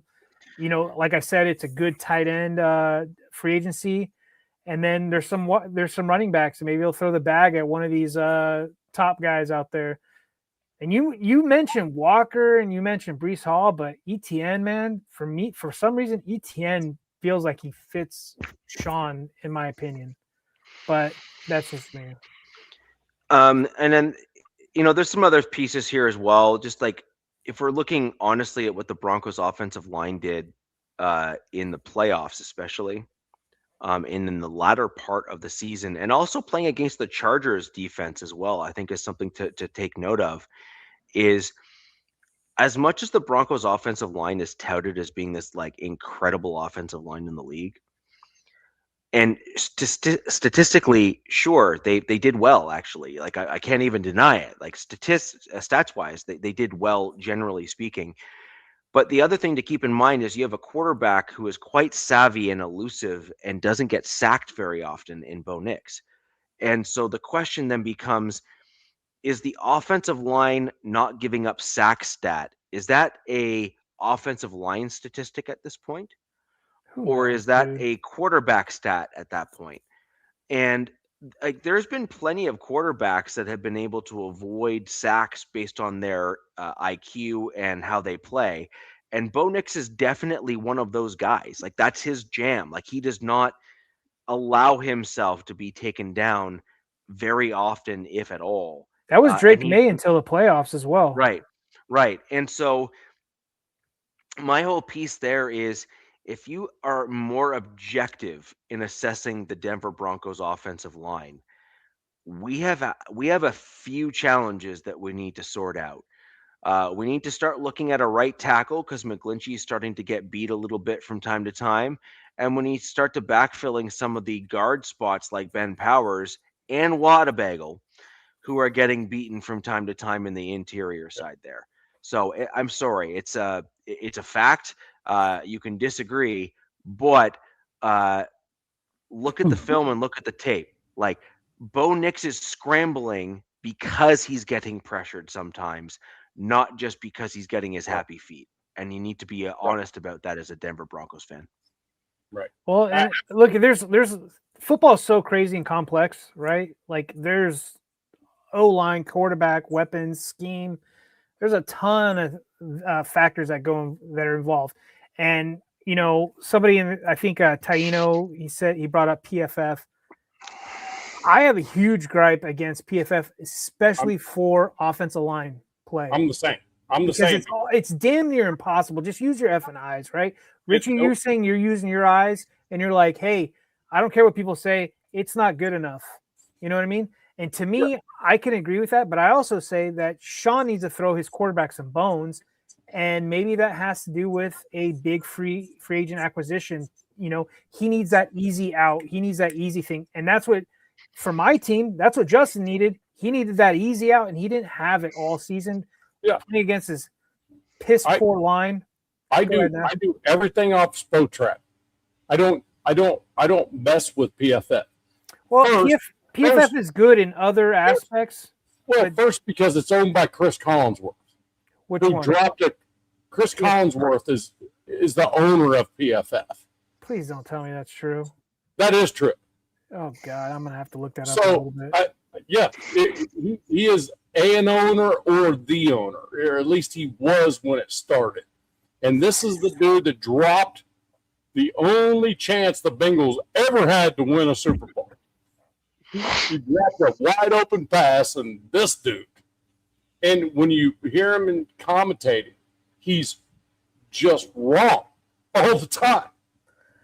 So I don't even mess with it. Well, I go track all the way. I looked up. I think we talked about this during the season. I looked up. They had PFF, how they watch each individual player at every game. I'm like, give me a break, it's all analytics, computer driven. Yeah, it's a little too much for my liking. It is. Yeah. And track is for real. Like, this is what he did. This is every single play that he had. How many times an offensive lineman got beat on a pass rush? How many times a quarterback got pressured? All this stuff. And it's but Nav, this is where I'm getting at. Where us as fans, right, and fans in the chat, we have to just trust our eye. We watch our games, right? Yes. Unless we're completely inebriated, right? I'm watching my games. I don't know exactly what play is being called, but I'm trusting my eyes. We have that great camera angle that CBS or Fox puts out, or NBC, and we see holy crap, dude, this guy just let some dude, free rusher right in, didn't even pick him up, right? And they get highlighted the next day. But what PFF, it's just way too analytical. They don't know what the plays, they don't know the scheme, they don't know what the defense. It's a little bit too much for that position. Now, I do like it for other positions. I think it's a great tool for other stuff. It is a tool. But for offensive line stuff, I don't know. It's an absolute tool when it comes to offensive, defensive line. Absolute tool. You agree? It's a tool. I mean, a tool. It shouldn't be the end-all, be-all, right? Let's just say that. No, it's not. SpoTrack is for real. Because you can take their stats from a game and go back and watch video and go, oh, yeah, Max definitely sacked him and had sacked him 3 times and had 4 tackles for loss. And SpoTrack's accurate, because they actually watch the games and then report it to SpoTrack. That's kind of why I was talking about that Sam Monson guy. Yeah, it's a bunch of crap. There's some guys, you just got to find them. You find them, they're out there. YouTube's a great tool. So is X. You find these guys that, who put in the time, who watch all 22, who know what they're talking about. That's fun too. Or you just trust yourself, right? I can't trust myself. I don't know, every ins and outs. I don't pay for all 22. So there's some guys that I like to look after and watch. SpoTrack, you can get on there free. It's easy. You can. I think I've got 4 of their tabs up right now. So, Nav, I think you have the fewest free agents that you really want to talk about on your team. So let's just jump over to you and we'll finish out the show with DZ. You sure? Yes. First, I want to tell all the Raider Nation that's in here, one, this is a show where we don't bring people on. Okay, we talk football and we go to the chat when available. But Jack Kendall said something a minute ago that I want to address. Them are not getting Linderbaum. Chargers and Raiders are going to war for Linderbaum. Okay, and that's up 9:12 p.m. Okay, first, we had Brennan Carroll as our offensive line coach. We had Carroll brothers in the building, along with Pete. JPJ, when he was playing at center, dominated that position. We do not need him. So therefore, I'm saying, me personally, I'm saying we don't need to do it. That's what I've been saying. I mean, I'm not even a Raiders fan, but I'm like, you have JPJ. What's this whole going after Linderbaum when you could just spend that money on other places? Just get him back to his natural position. Yeah, the narrative is that he doesn't communicate well on the offense. But let's find out how Kubiak feels about that when he, you know what I mean? I'm pretty sure JPJ is going to be our center. So, hot take, JPJ is going to be the Raiders center. Just throwing it out there right now. Hot take. Okay? And this is a good center draft, too. Yeah, it absolutely is. I mean, you can draft it. But, you know, you look at Will Campbell. This dude was, wasn't he their first-round pick? Yep, yeah. And he got destroyed. And a lot of Raiders fans were like, we want this guy. No, dude. This dude has no feet. He can't move worth a crap. And I think he's a little bit bigger than a tackle needs to be, a little heavier than he needs to be. I think he needs to drop a little bit of weight. I think he's like 330. I think he could probably do better at tackle at like 315. You know? Just to get his athleticism going a little bit. But anyway, so the free agents wise. So I may freeze because I don't know what's going on with my internet connection, but I'm going to flip to a tab so I can see the free agents. I do have them pulled up. So if I do freeze, don't worry. I think you can actually still hear me. Just can't see me, which most people will say is even better. So, all right. So unrestricted UFAs, we have Malcolm Kuntz, Jamal Adams, Landon Roberts, Devin White, Eric Stokes, Darnay Holmes, and Lonnie Johnson Jr. So of those dudes, I kick it around and I go, okay, Devin White, towards the end of the season, yeah, he started to do something. You know what I mean? And then Malcolm Kuntz actually started to freaking come off the edge and towards the last couple games. In fact, I think he's the reason we beat Kansas City in the last game of the season. So that's the unrestricted. Darnay Holmes, I don't know. I don't think so. That's a one-year guy. Eric Stokes played very well. Yes, he did. Lonnie Johnson, he got hurt early, but he was literally the pillar of the back end of that defense at that point. It's going to be so wild, kind of to see what Kubiak does especially with these guys. It's going to be crazy because I mean, I really can't definitively tell you what Kubiak's going to want to right. Because to be honest with you, here's what I would keep. What I would keep on the unrestricteds. Okay? I would keep Jamal Adams balled. He balled out every game he was in. Landon Roberts was touted as a linebacker to be like a pass game type linebacker, but he never really materialized into that. Eric Stokes was probably our best cornerback we had in the entirety of the season. And he was he wasn't hurt ever. He was in the game. So on offense, we also have these UFAs. So we have 18 unrestricted free agents. Okay, so Pickett, he's going to be gone. We already know that. I think he's already gone. Dylan Parham, Zamir White, Raheem Mostert, Lockett, and Ian Thomas at tight end. Ian Thomas is already gone. So, to be honest with you, Jamal Adams, I think we give him another run at it.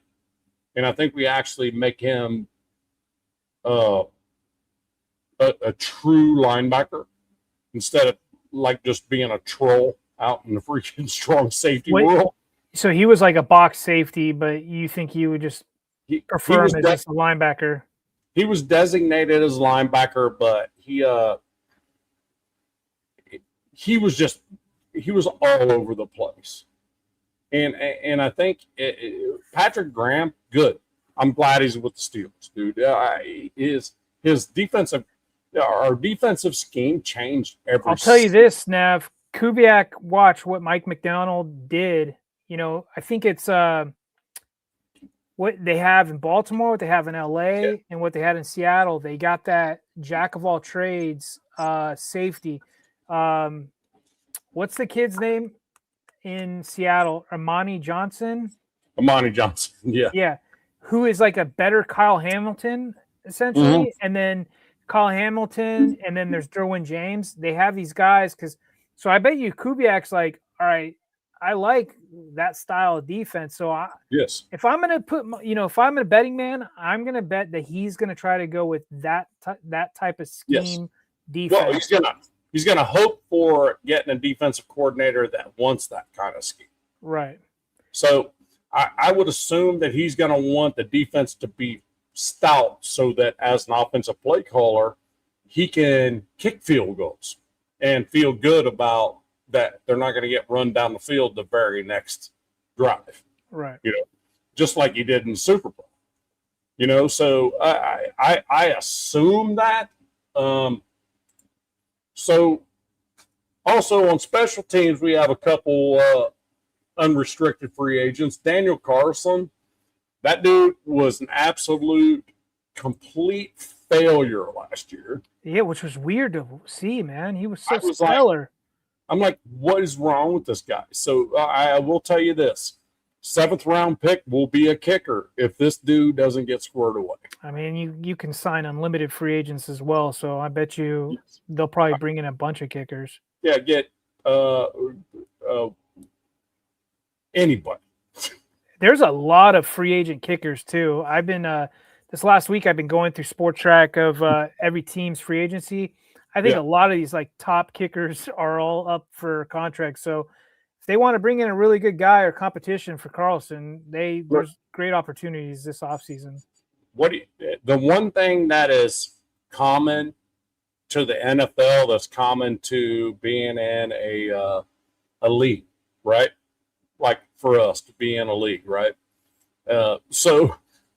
Is that you change your kicker every week. It's not that big a deal. The one thing I want is I want a kicker that can kick 35-yard field goals, 19 for 19. Yeah, you just want it like automatic clutch. I just need a dude that's going to kick those from 39 yards every time. Yep. And Carlson was missing freaking extra points. He was missing I'm like, come on. But that wasn't his game these last few seasons. So I don't understand what the heck happened to him. I wonder if he was injured or something. I just hope that they can figure it out on that. Yeah, I agree. The thing about it is Jordan Meredith is a restricted free agent, which I think if JPJ goes to center, which I think is going to happen, Meredith at guard would not be a bad idea. I think we definitely extend him. Kai Blue Kelly's gone. Will Putnam's gone. Tristan McCollum's gone. Spotrack's identified older veteran departures, whatever, dude. Let's see. Long snappers, Jacob Bobenware, and he's staying. There's no question. I mean, he gets like freaking $5 a game or whatever. I don't know what a long snapper gets. But anyway, Ian Thomas is gone. So there, we also have a tight end on the practice squad. Don't ask me to look it up because it'll freeze my screen. But on defense, Malcolm Kuntz, he actually looked like the dude we drafted towards the end of the year. That dude was getting to the quarterback, and if he can come back, with the same way he was rolling at the end of the year, I think we keep Malcolm Kuntz. But I will tell you what, I've talked with the nation several times, just us, and it's like, look, if you're not on a rookie contract, your job's not safe. Probably not. There's pillars, right? And the funny part about it is there's only maybe two players that are not on a rookie contract that are pillars of the Raiders. Colton Miller and Max Crosby. Reality. That's reality. So what free agents do we keep? I don't know. Jamal Adams, I would keep him around because he flew around all over everywhere. He's making plays everywhere. Pretty much every game. His first couple games, he was trying to get used to what he was getting told to do. He was just flying around, just being a tackler. That's all they were asking him to do. Just go tackle, because we couldn't tackle.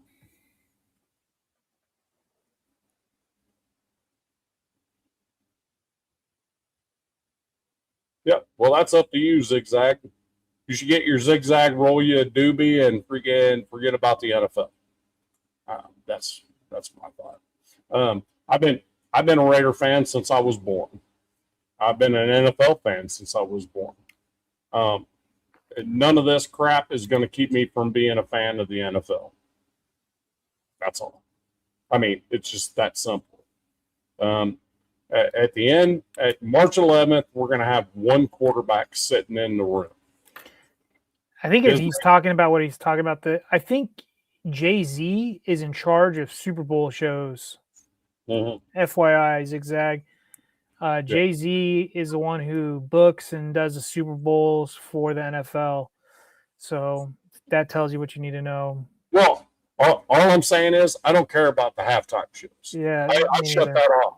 I waited until the game came back on, then I got back on the game. He did have a point, though. I totally didn't even think about that. Yeah, we are celebrating 250 years. Like, I'm surprised they didn't go with, like, some sort of...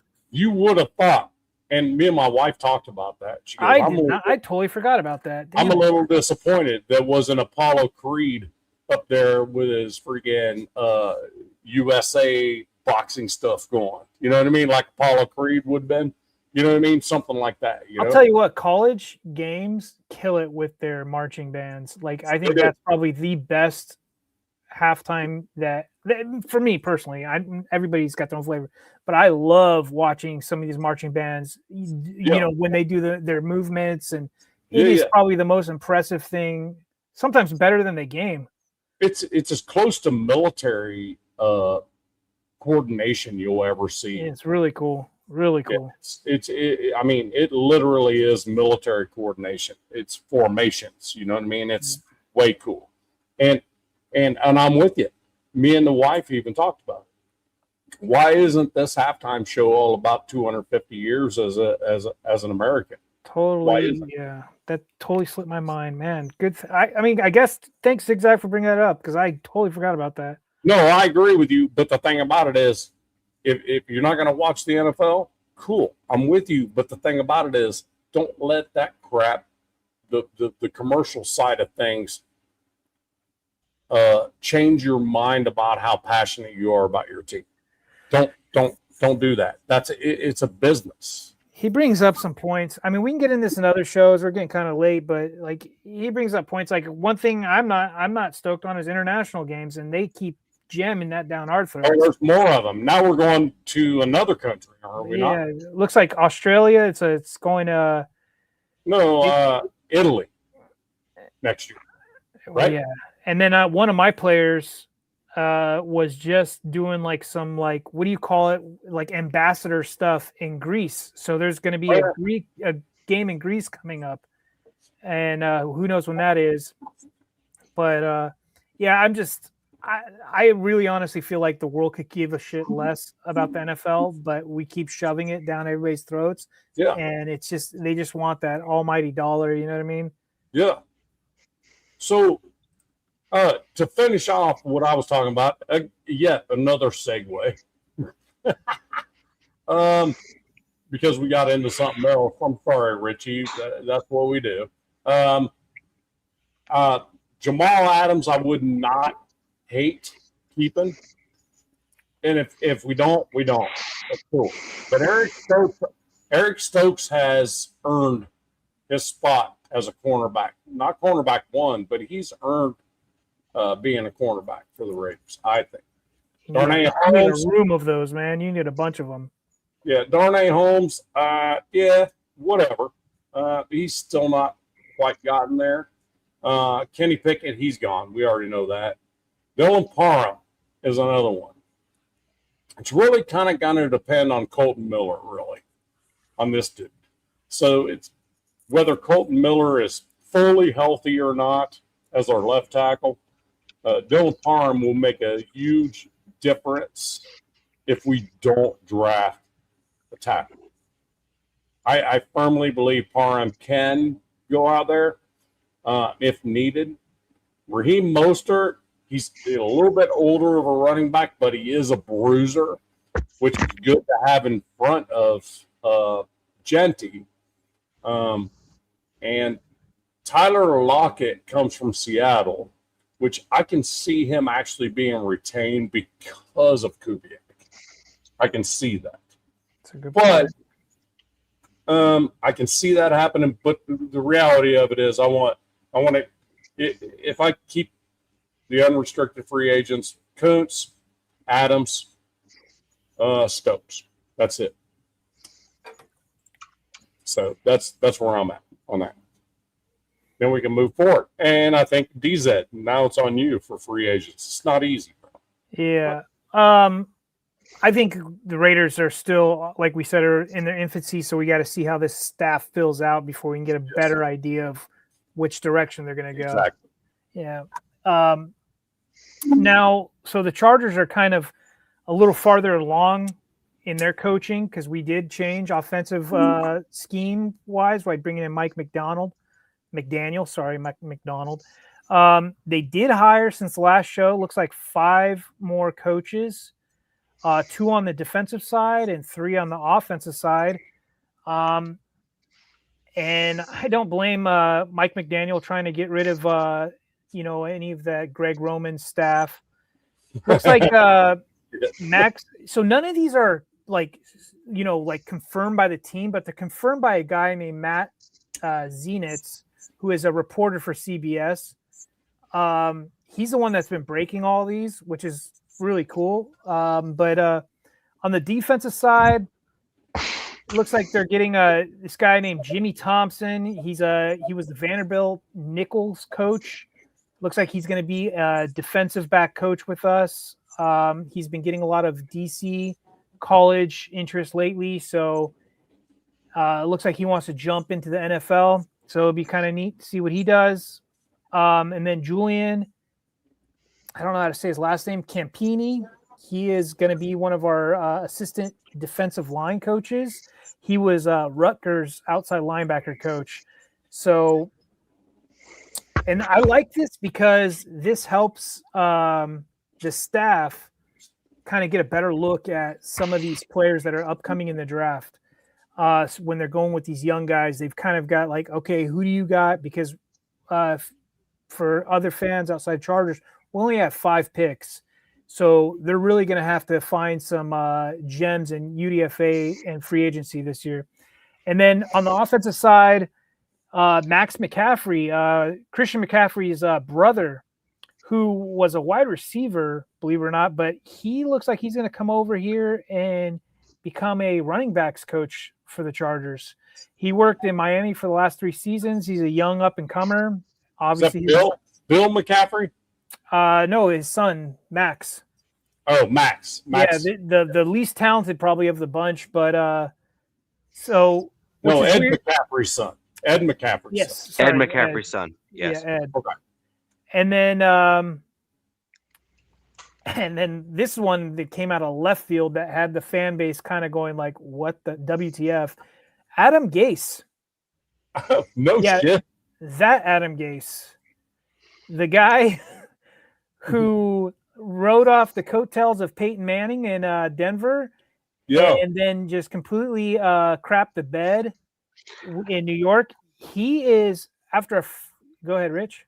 Don't knock that coaching hire. Well, I'm going to get into it, but go ahead. Don't knock that coaching hire because I agree. He is not well suited to be a head coach. He is not well suited to kind of be in a system that he isn't like in a specific role. But I mean, I'll let you finish and then come back to me on that because I have some comments. Let's see where you're at. I mean, it makes sense. Head coaches are meant to be head coaches. Coordinators are meant to be coordinators. They try it, they fail. So there's different reporting on him. He had a 5-year absence, literally did nothing in these 5 years. Been gone. He did not. There's no college, no high school, no NFL work. This guy was at home doing nothing, and he doesn't have connections to Harbaugh that anybody's found or Mike McDaniel.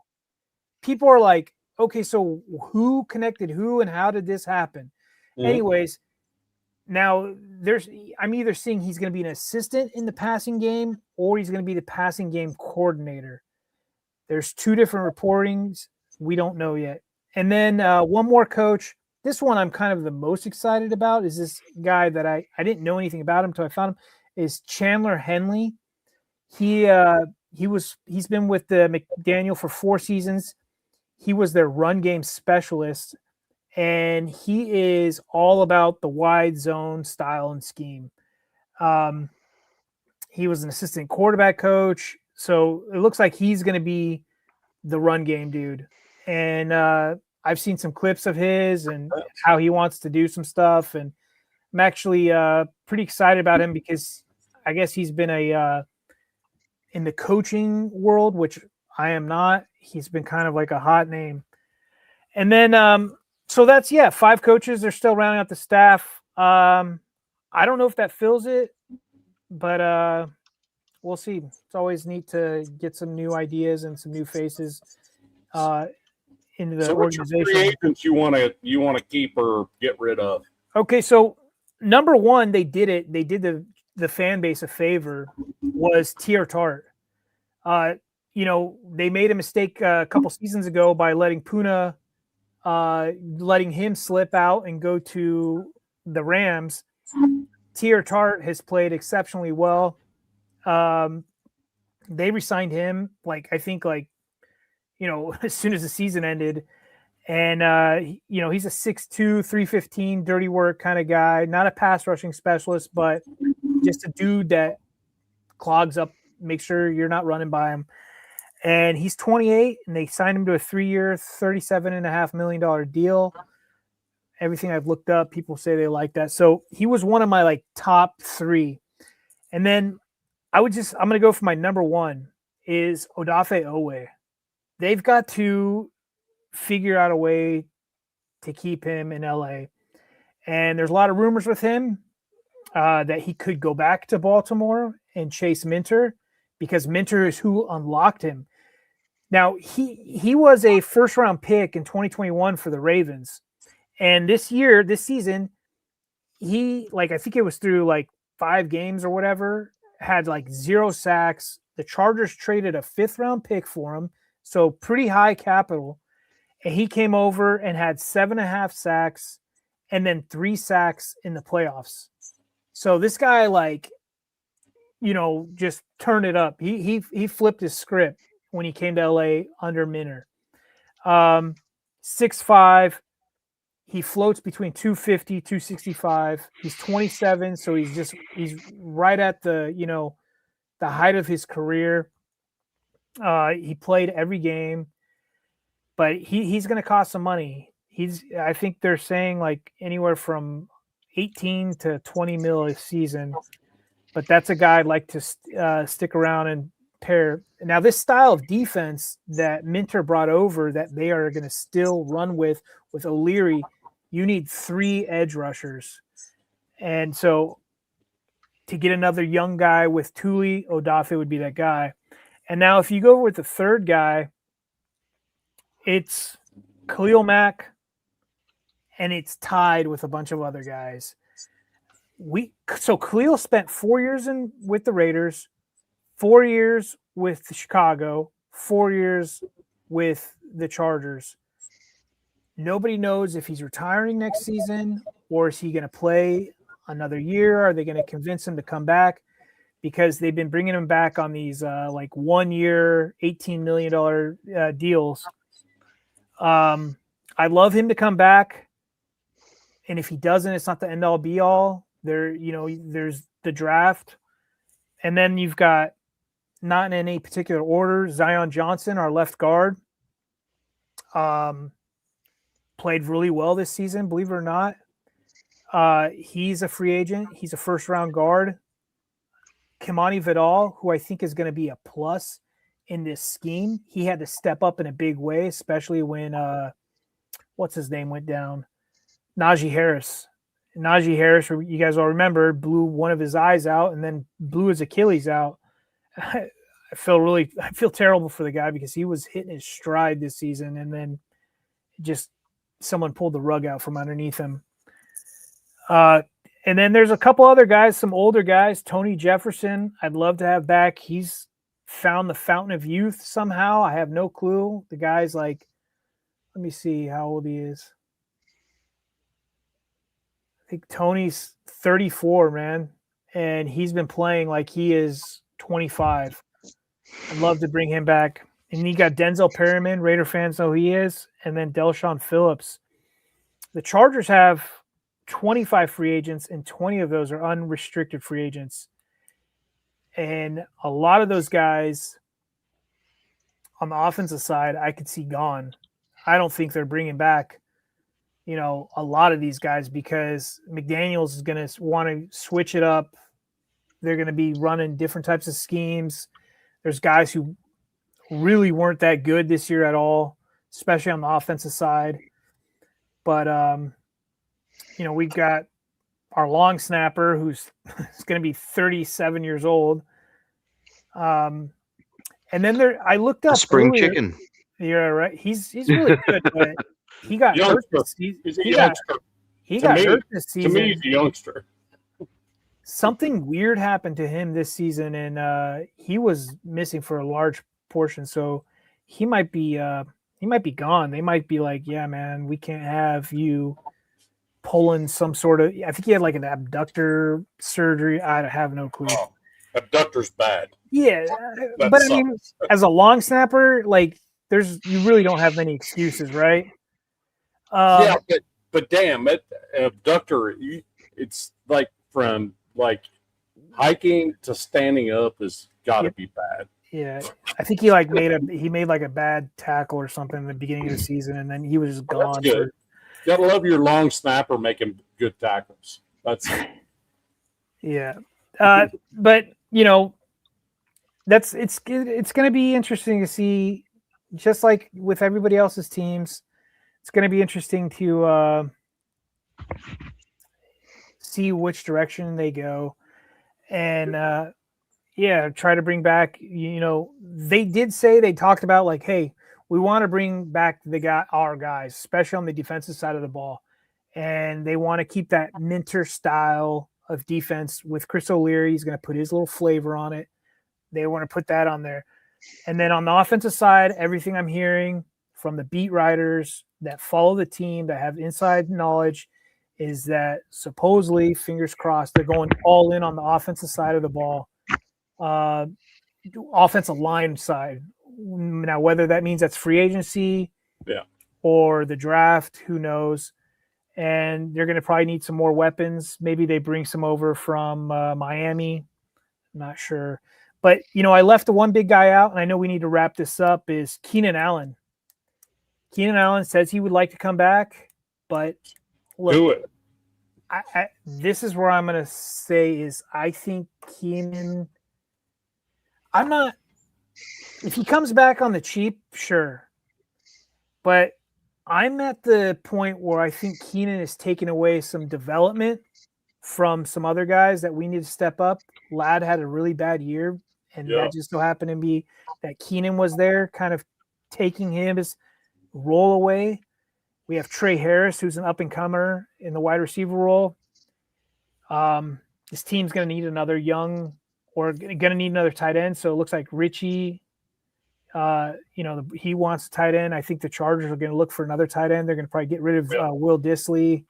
It's going to be interesting to see what I've said interesting like a million times tonight, but I'm always fascinated, especially with a whole new offensive scheme, like which route they go, because running a zone scheme, a wide zone scheme, those O linemen, that changes now from the O line that they've brought in these last 2 years.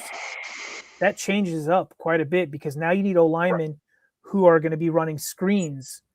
Miami, I think, ran like 72 screens last year with A-Chain, and Greg Roman ran like 7 all of last season. Right. But Miami also wasn't very good.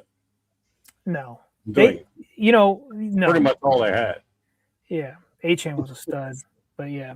Yeah.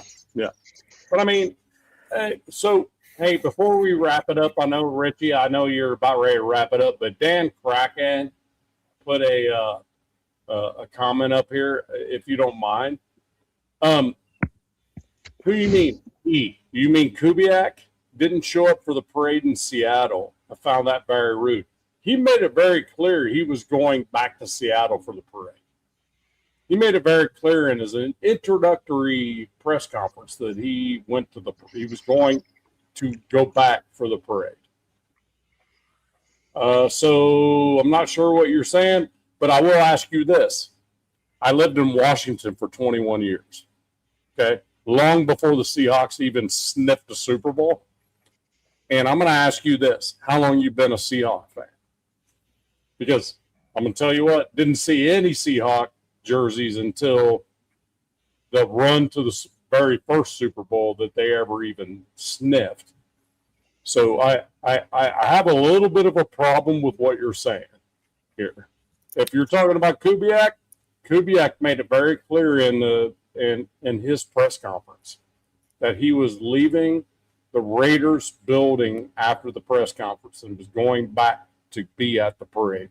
So I'm not really sure what you mean. It's possible. Well, it's possible that there may have been some pre-photo op stuff that is a natural, unfortunately, conflict when someone is named a head coach. And by the way, this happens all the time. McDonald and those other guys that ended up in the Super Bowl and stuff, where they were then hired on as head coaches and stuff elsewhere. A lot of their schedules conflicted, like with the parades that happened, and then their pressers as being head coaches and stuff, because the teams were waiting. There's just a lot of natural conflicts that take place as a result of just the straight timing of it, where they miss some of the initial photo ops because they can't make it back in time after their initial presser. But it is actually detrimental to them and their legacy if they don't go back for those parades, because it just reflects poorly on them. I know 100% he can't be talking about Kubiak, because I have video that the dude was there in the parade, pictures with the entire coaching staff and the whole 9 yards. Must be talking about somebody else. What I'm referring to is sometimes there's some preemptive photo ops. And sometimes the guys can't make it back for those just due to the pressers and stuff for the head coaching gig. But anyways, we're going to get into on more positional breakdowns of each of our teams as we get more into. I agree. Who's your staff going to be? What's this going to look like? What do you think the schemes are going to be? And for Nav, it's I don't know. And then and if I'm going to be honest, even for my Broncos, there's a certain amount of uncertainty because we don't know what the true carryover is going to be between the Sean Payton offense and what Davis Webb's going to bring to the table. And DZ, you have a defensive coordinator change there in Minter, who's got his head coaching opportunity. That was bad. That hurt. That hurt. Like that is a legitimate loss, and you have no idea what the next DC is going to require or need, or any of that kind of stuff. The fact that they're probably going to have the youngest DC in the league next year, like that they had that much faith in. But then I'm hearing that this is something that the Harbaughs have done is they see a guy, a rising star, they send him to college to get experience, and then they bring him back. Yeah. Supposedly, I guess this isn't the first, but this is the earliest this has happened. John's done it twice. John's done it twice with the Ravens. So it's interesting. They have a lot of faith, but it's kind of a gamble. I mean, This is the NFL. This isn't the MAC, right? Mm-hmm. He wasn't even coaching in the Big Ten or the SEC. No. This is the MAC. I mean, yeah. But so the NFL is a whole different ball game. You can't. You got to be. You're crossing your T's, dotting your I's. It's got to be perfect. Yeah. So I am a little low key worried about it. Well, DZ, what kind of dude would you be if you got that opportunity? How hard of a worker would you be? Oh, you'd have to be a psychopath, right? Exactly. You're not sleeping. I don't see my wife or kids ever. Yeah. You know what I mean? That's the good thing that he's young, that he can afford that time. You know what I mean? Yep. Yeah. So anyways, guys, that'll do it for the show today. We've covered a lot of stuff there. We're going to cover a lot more ground as we get into the offseason, free agent signings, future picks, projections, rumors, all that good stuff. We're going to get right into it all. And then we'll start getting into positional breakdowns and comparing the four teams in the AFC West, kind of see where we're all at, that sort of thing. A whole bunch of interesting and very cool stuff. The one thing I will say, though, is you think that the season is over and you got a whole boatload of time between now and when the next thing's going to happen. You are sorely mistaken. There is a ton of stuff that's going on. Yeah. And that's what makes the NFL so fun and what makes us doing this such a blast for us to get on with you. So anyways, guys, thank you very much for joining the show tonight. This is the AFC West with the Wild Wild West here. Go ahead. Richie, if I may, I want to say something. Thank you guys for having me on. This is a lot of fun. It's a lot of fun talking with you guys.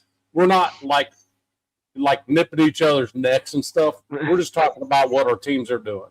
But I'll tell you what, last year I said the AFC West is going to be the number one division in the NFL, and I was wrong. But I will tell you what, welcome to the nation, Coach Kubiak. Yeah. And things might actually come to fruition maybe a little year late, is all I'm saying. Yeah. Welcome to the Raiders Mendoza. Hot take. Yeah. So I just think that we're going to be in for some interesting news as the time goes on, all that good stuff. So anywho, guys, we will move on and we will see you next week. We're going to have a whole host of new topics. We'll get those posted in advance of the show so you kind of know what we're going to be talking about. Bring your notes, bring your comments. See you next week. Peace. Fast lane when I pass in the street, bag of money in the passenger seat. Tempo's been asking for me on the road from the west to the east. Way up, I might never come down, cause the coast's racking up the flame out. So high, I might never come down, so what, this is my lifestyle. Wait a minute,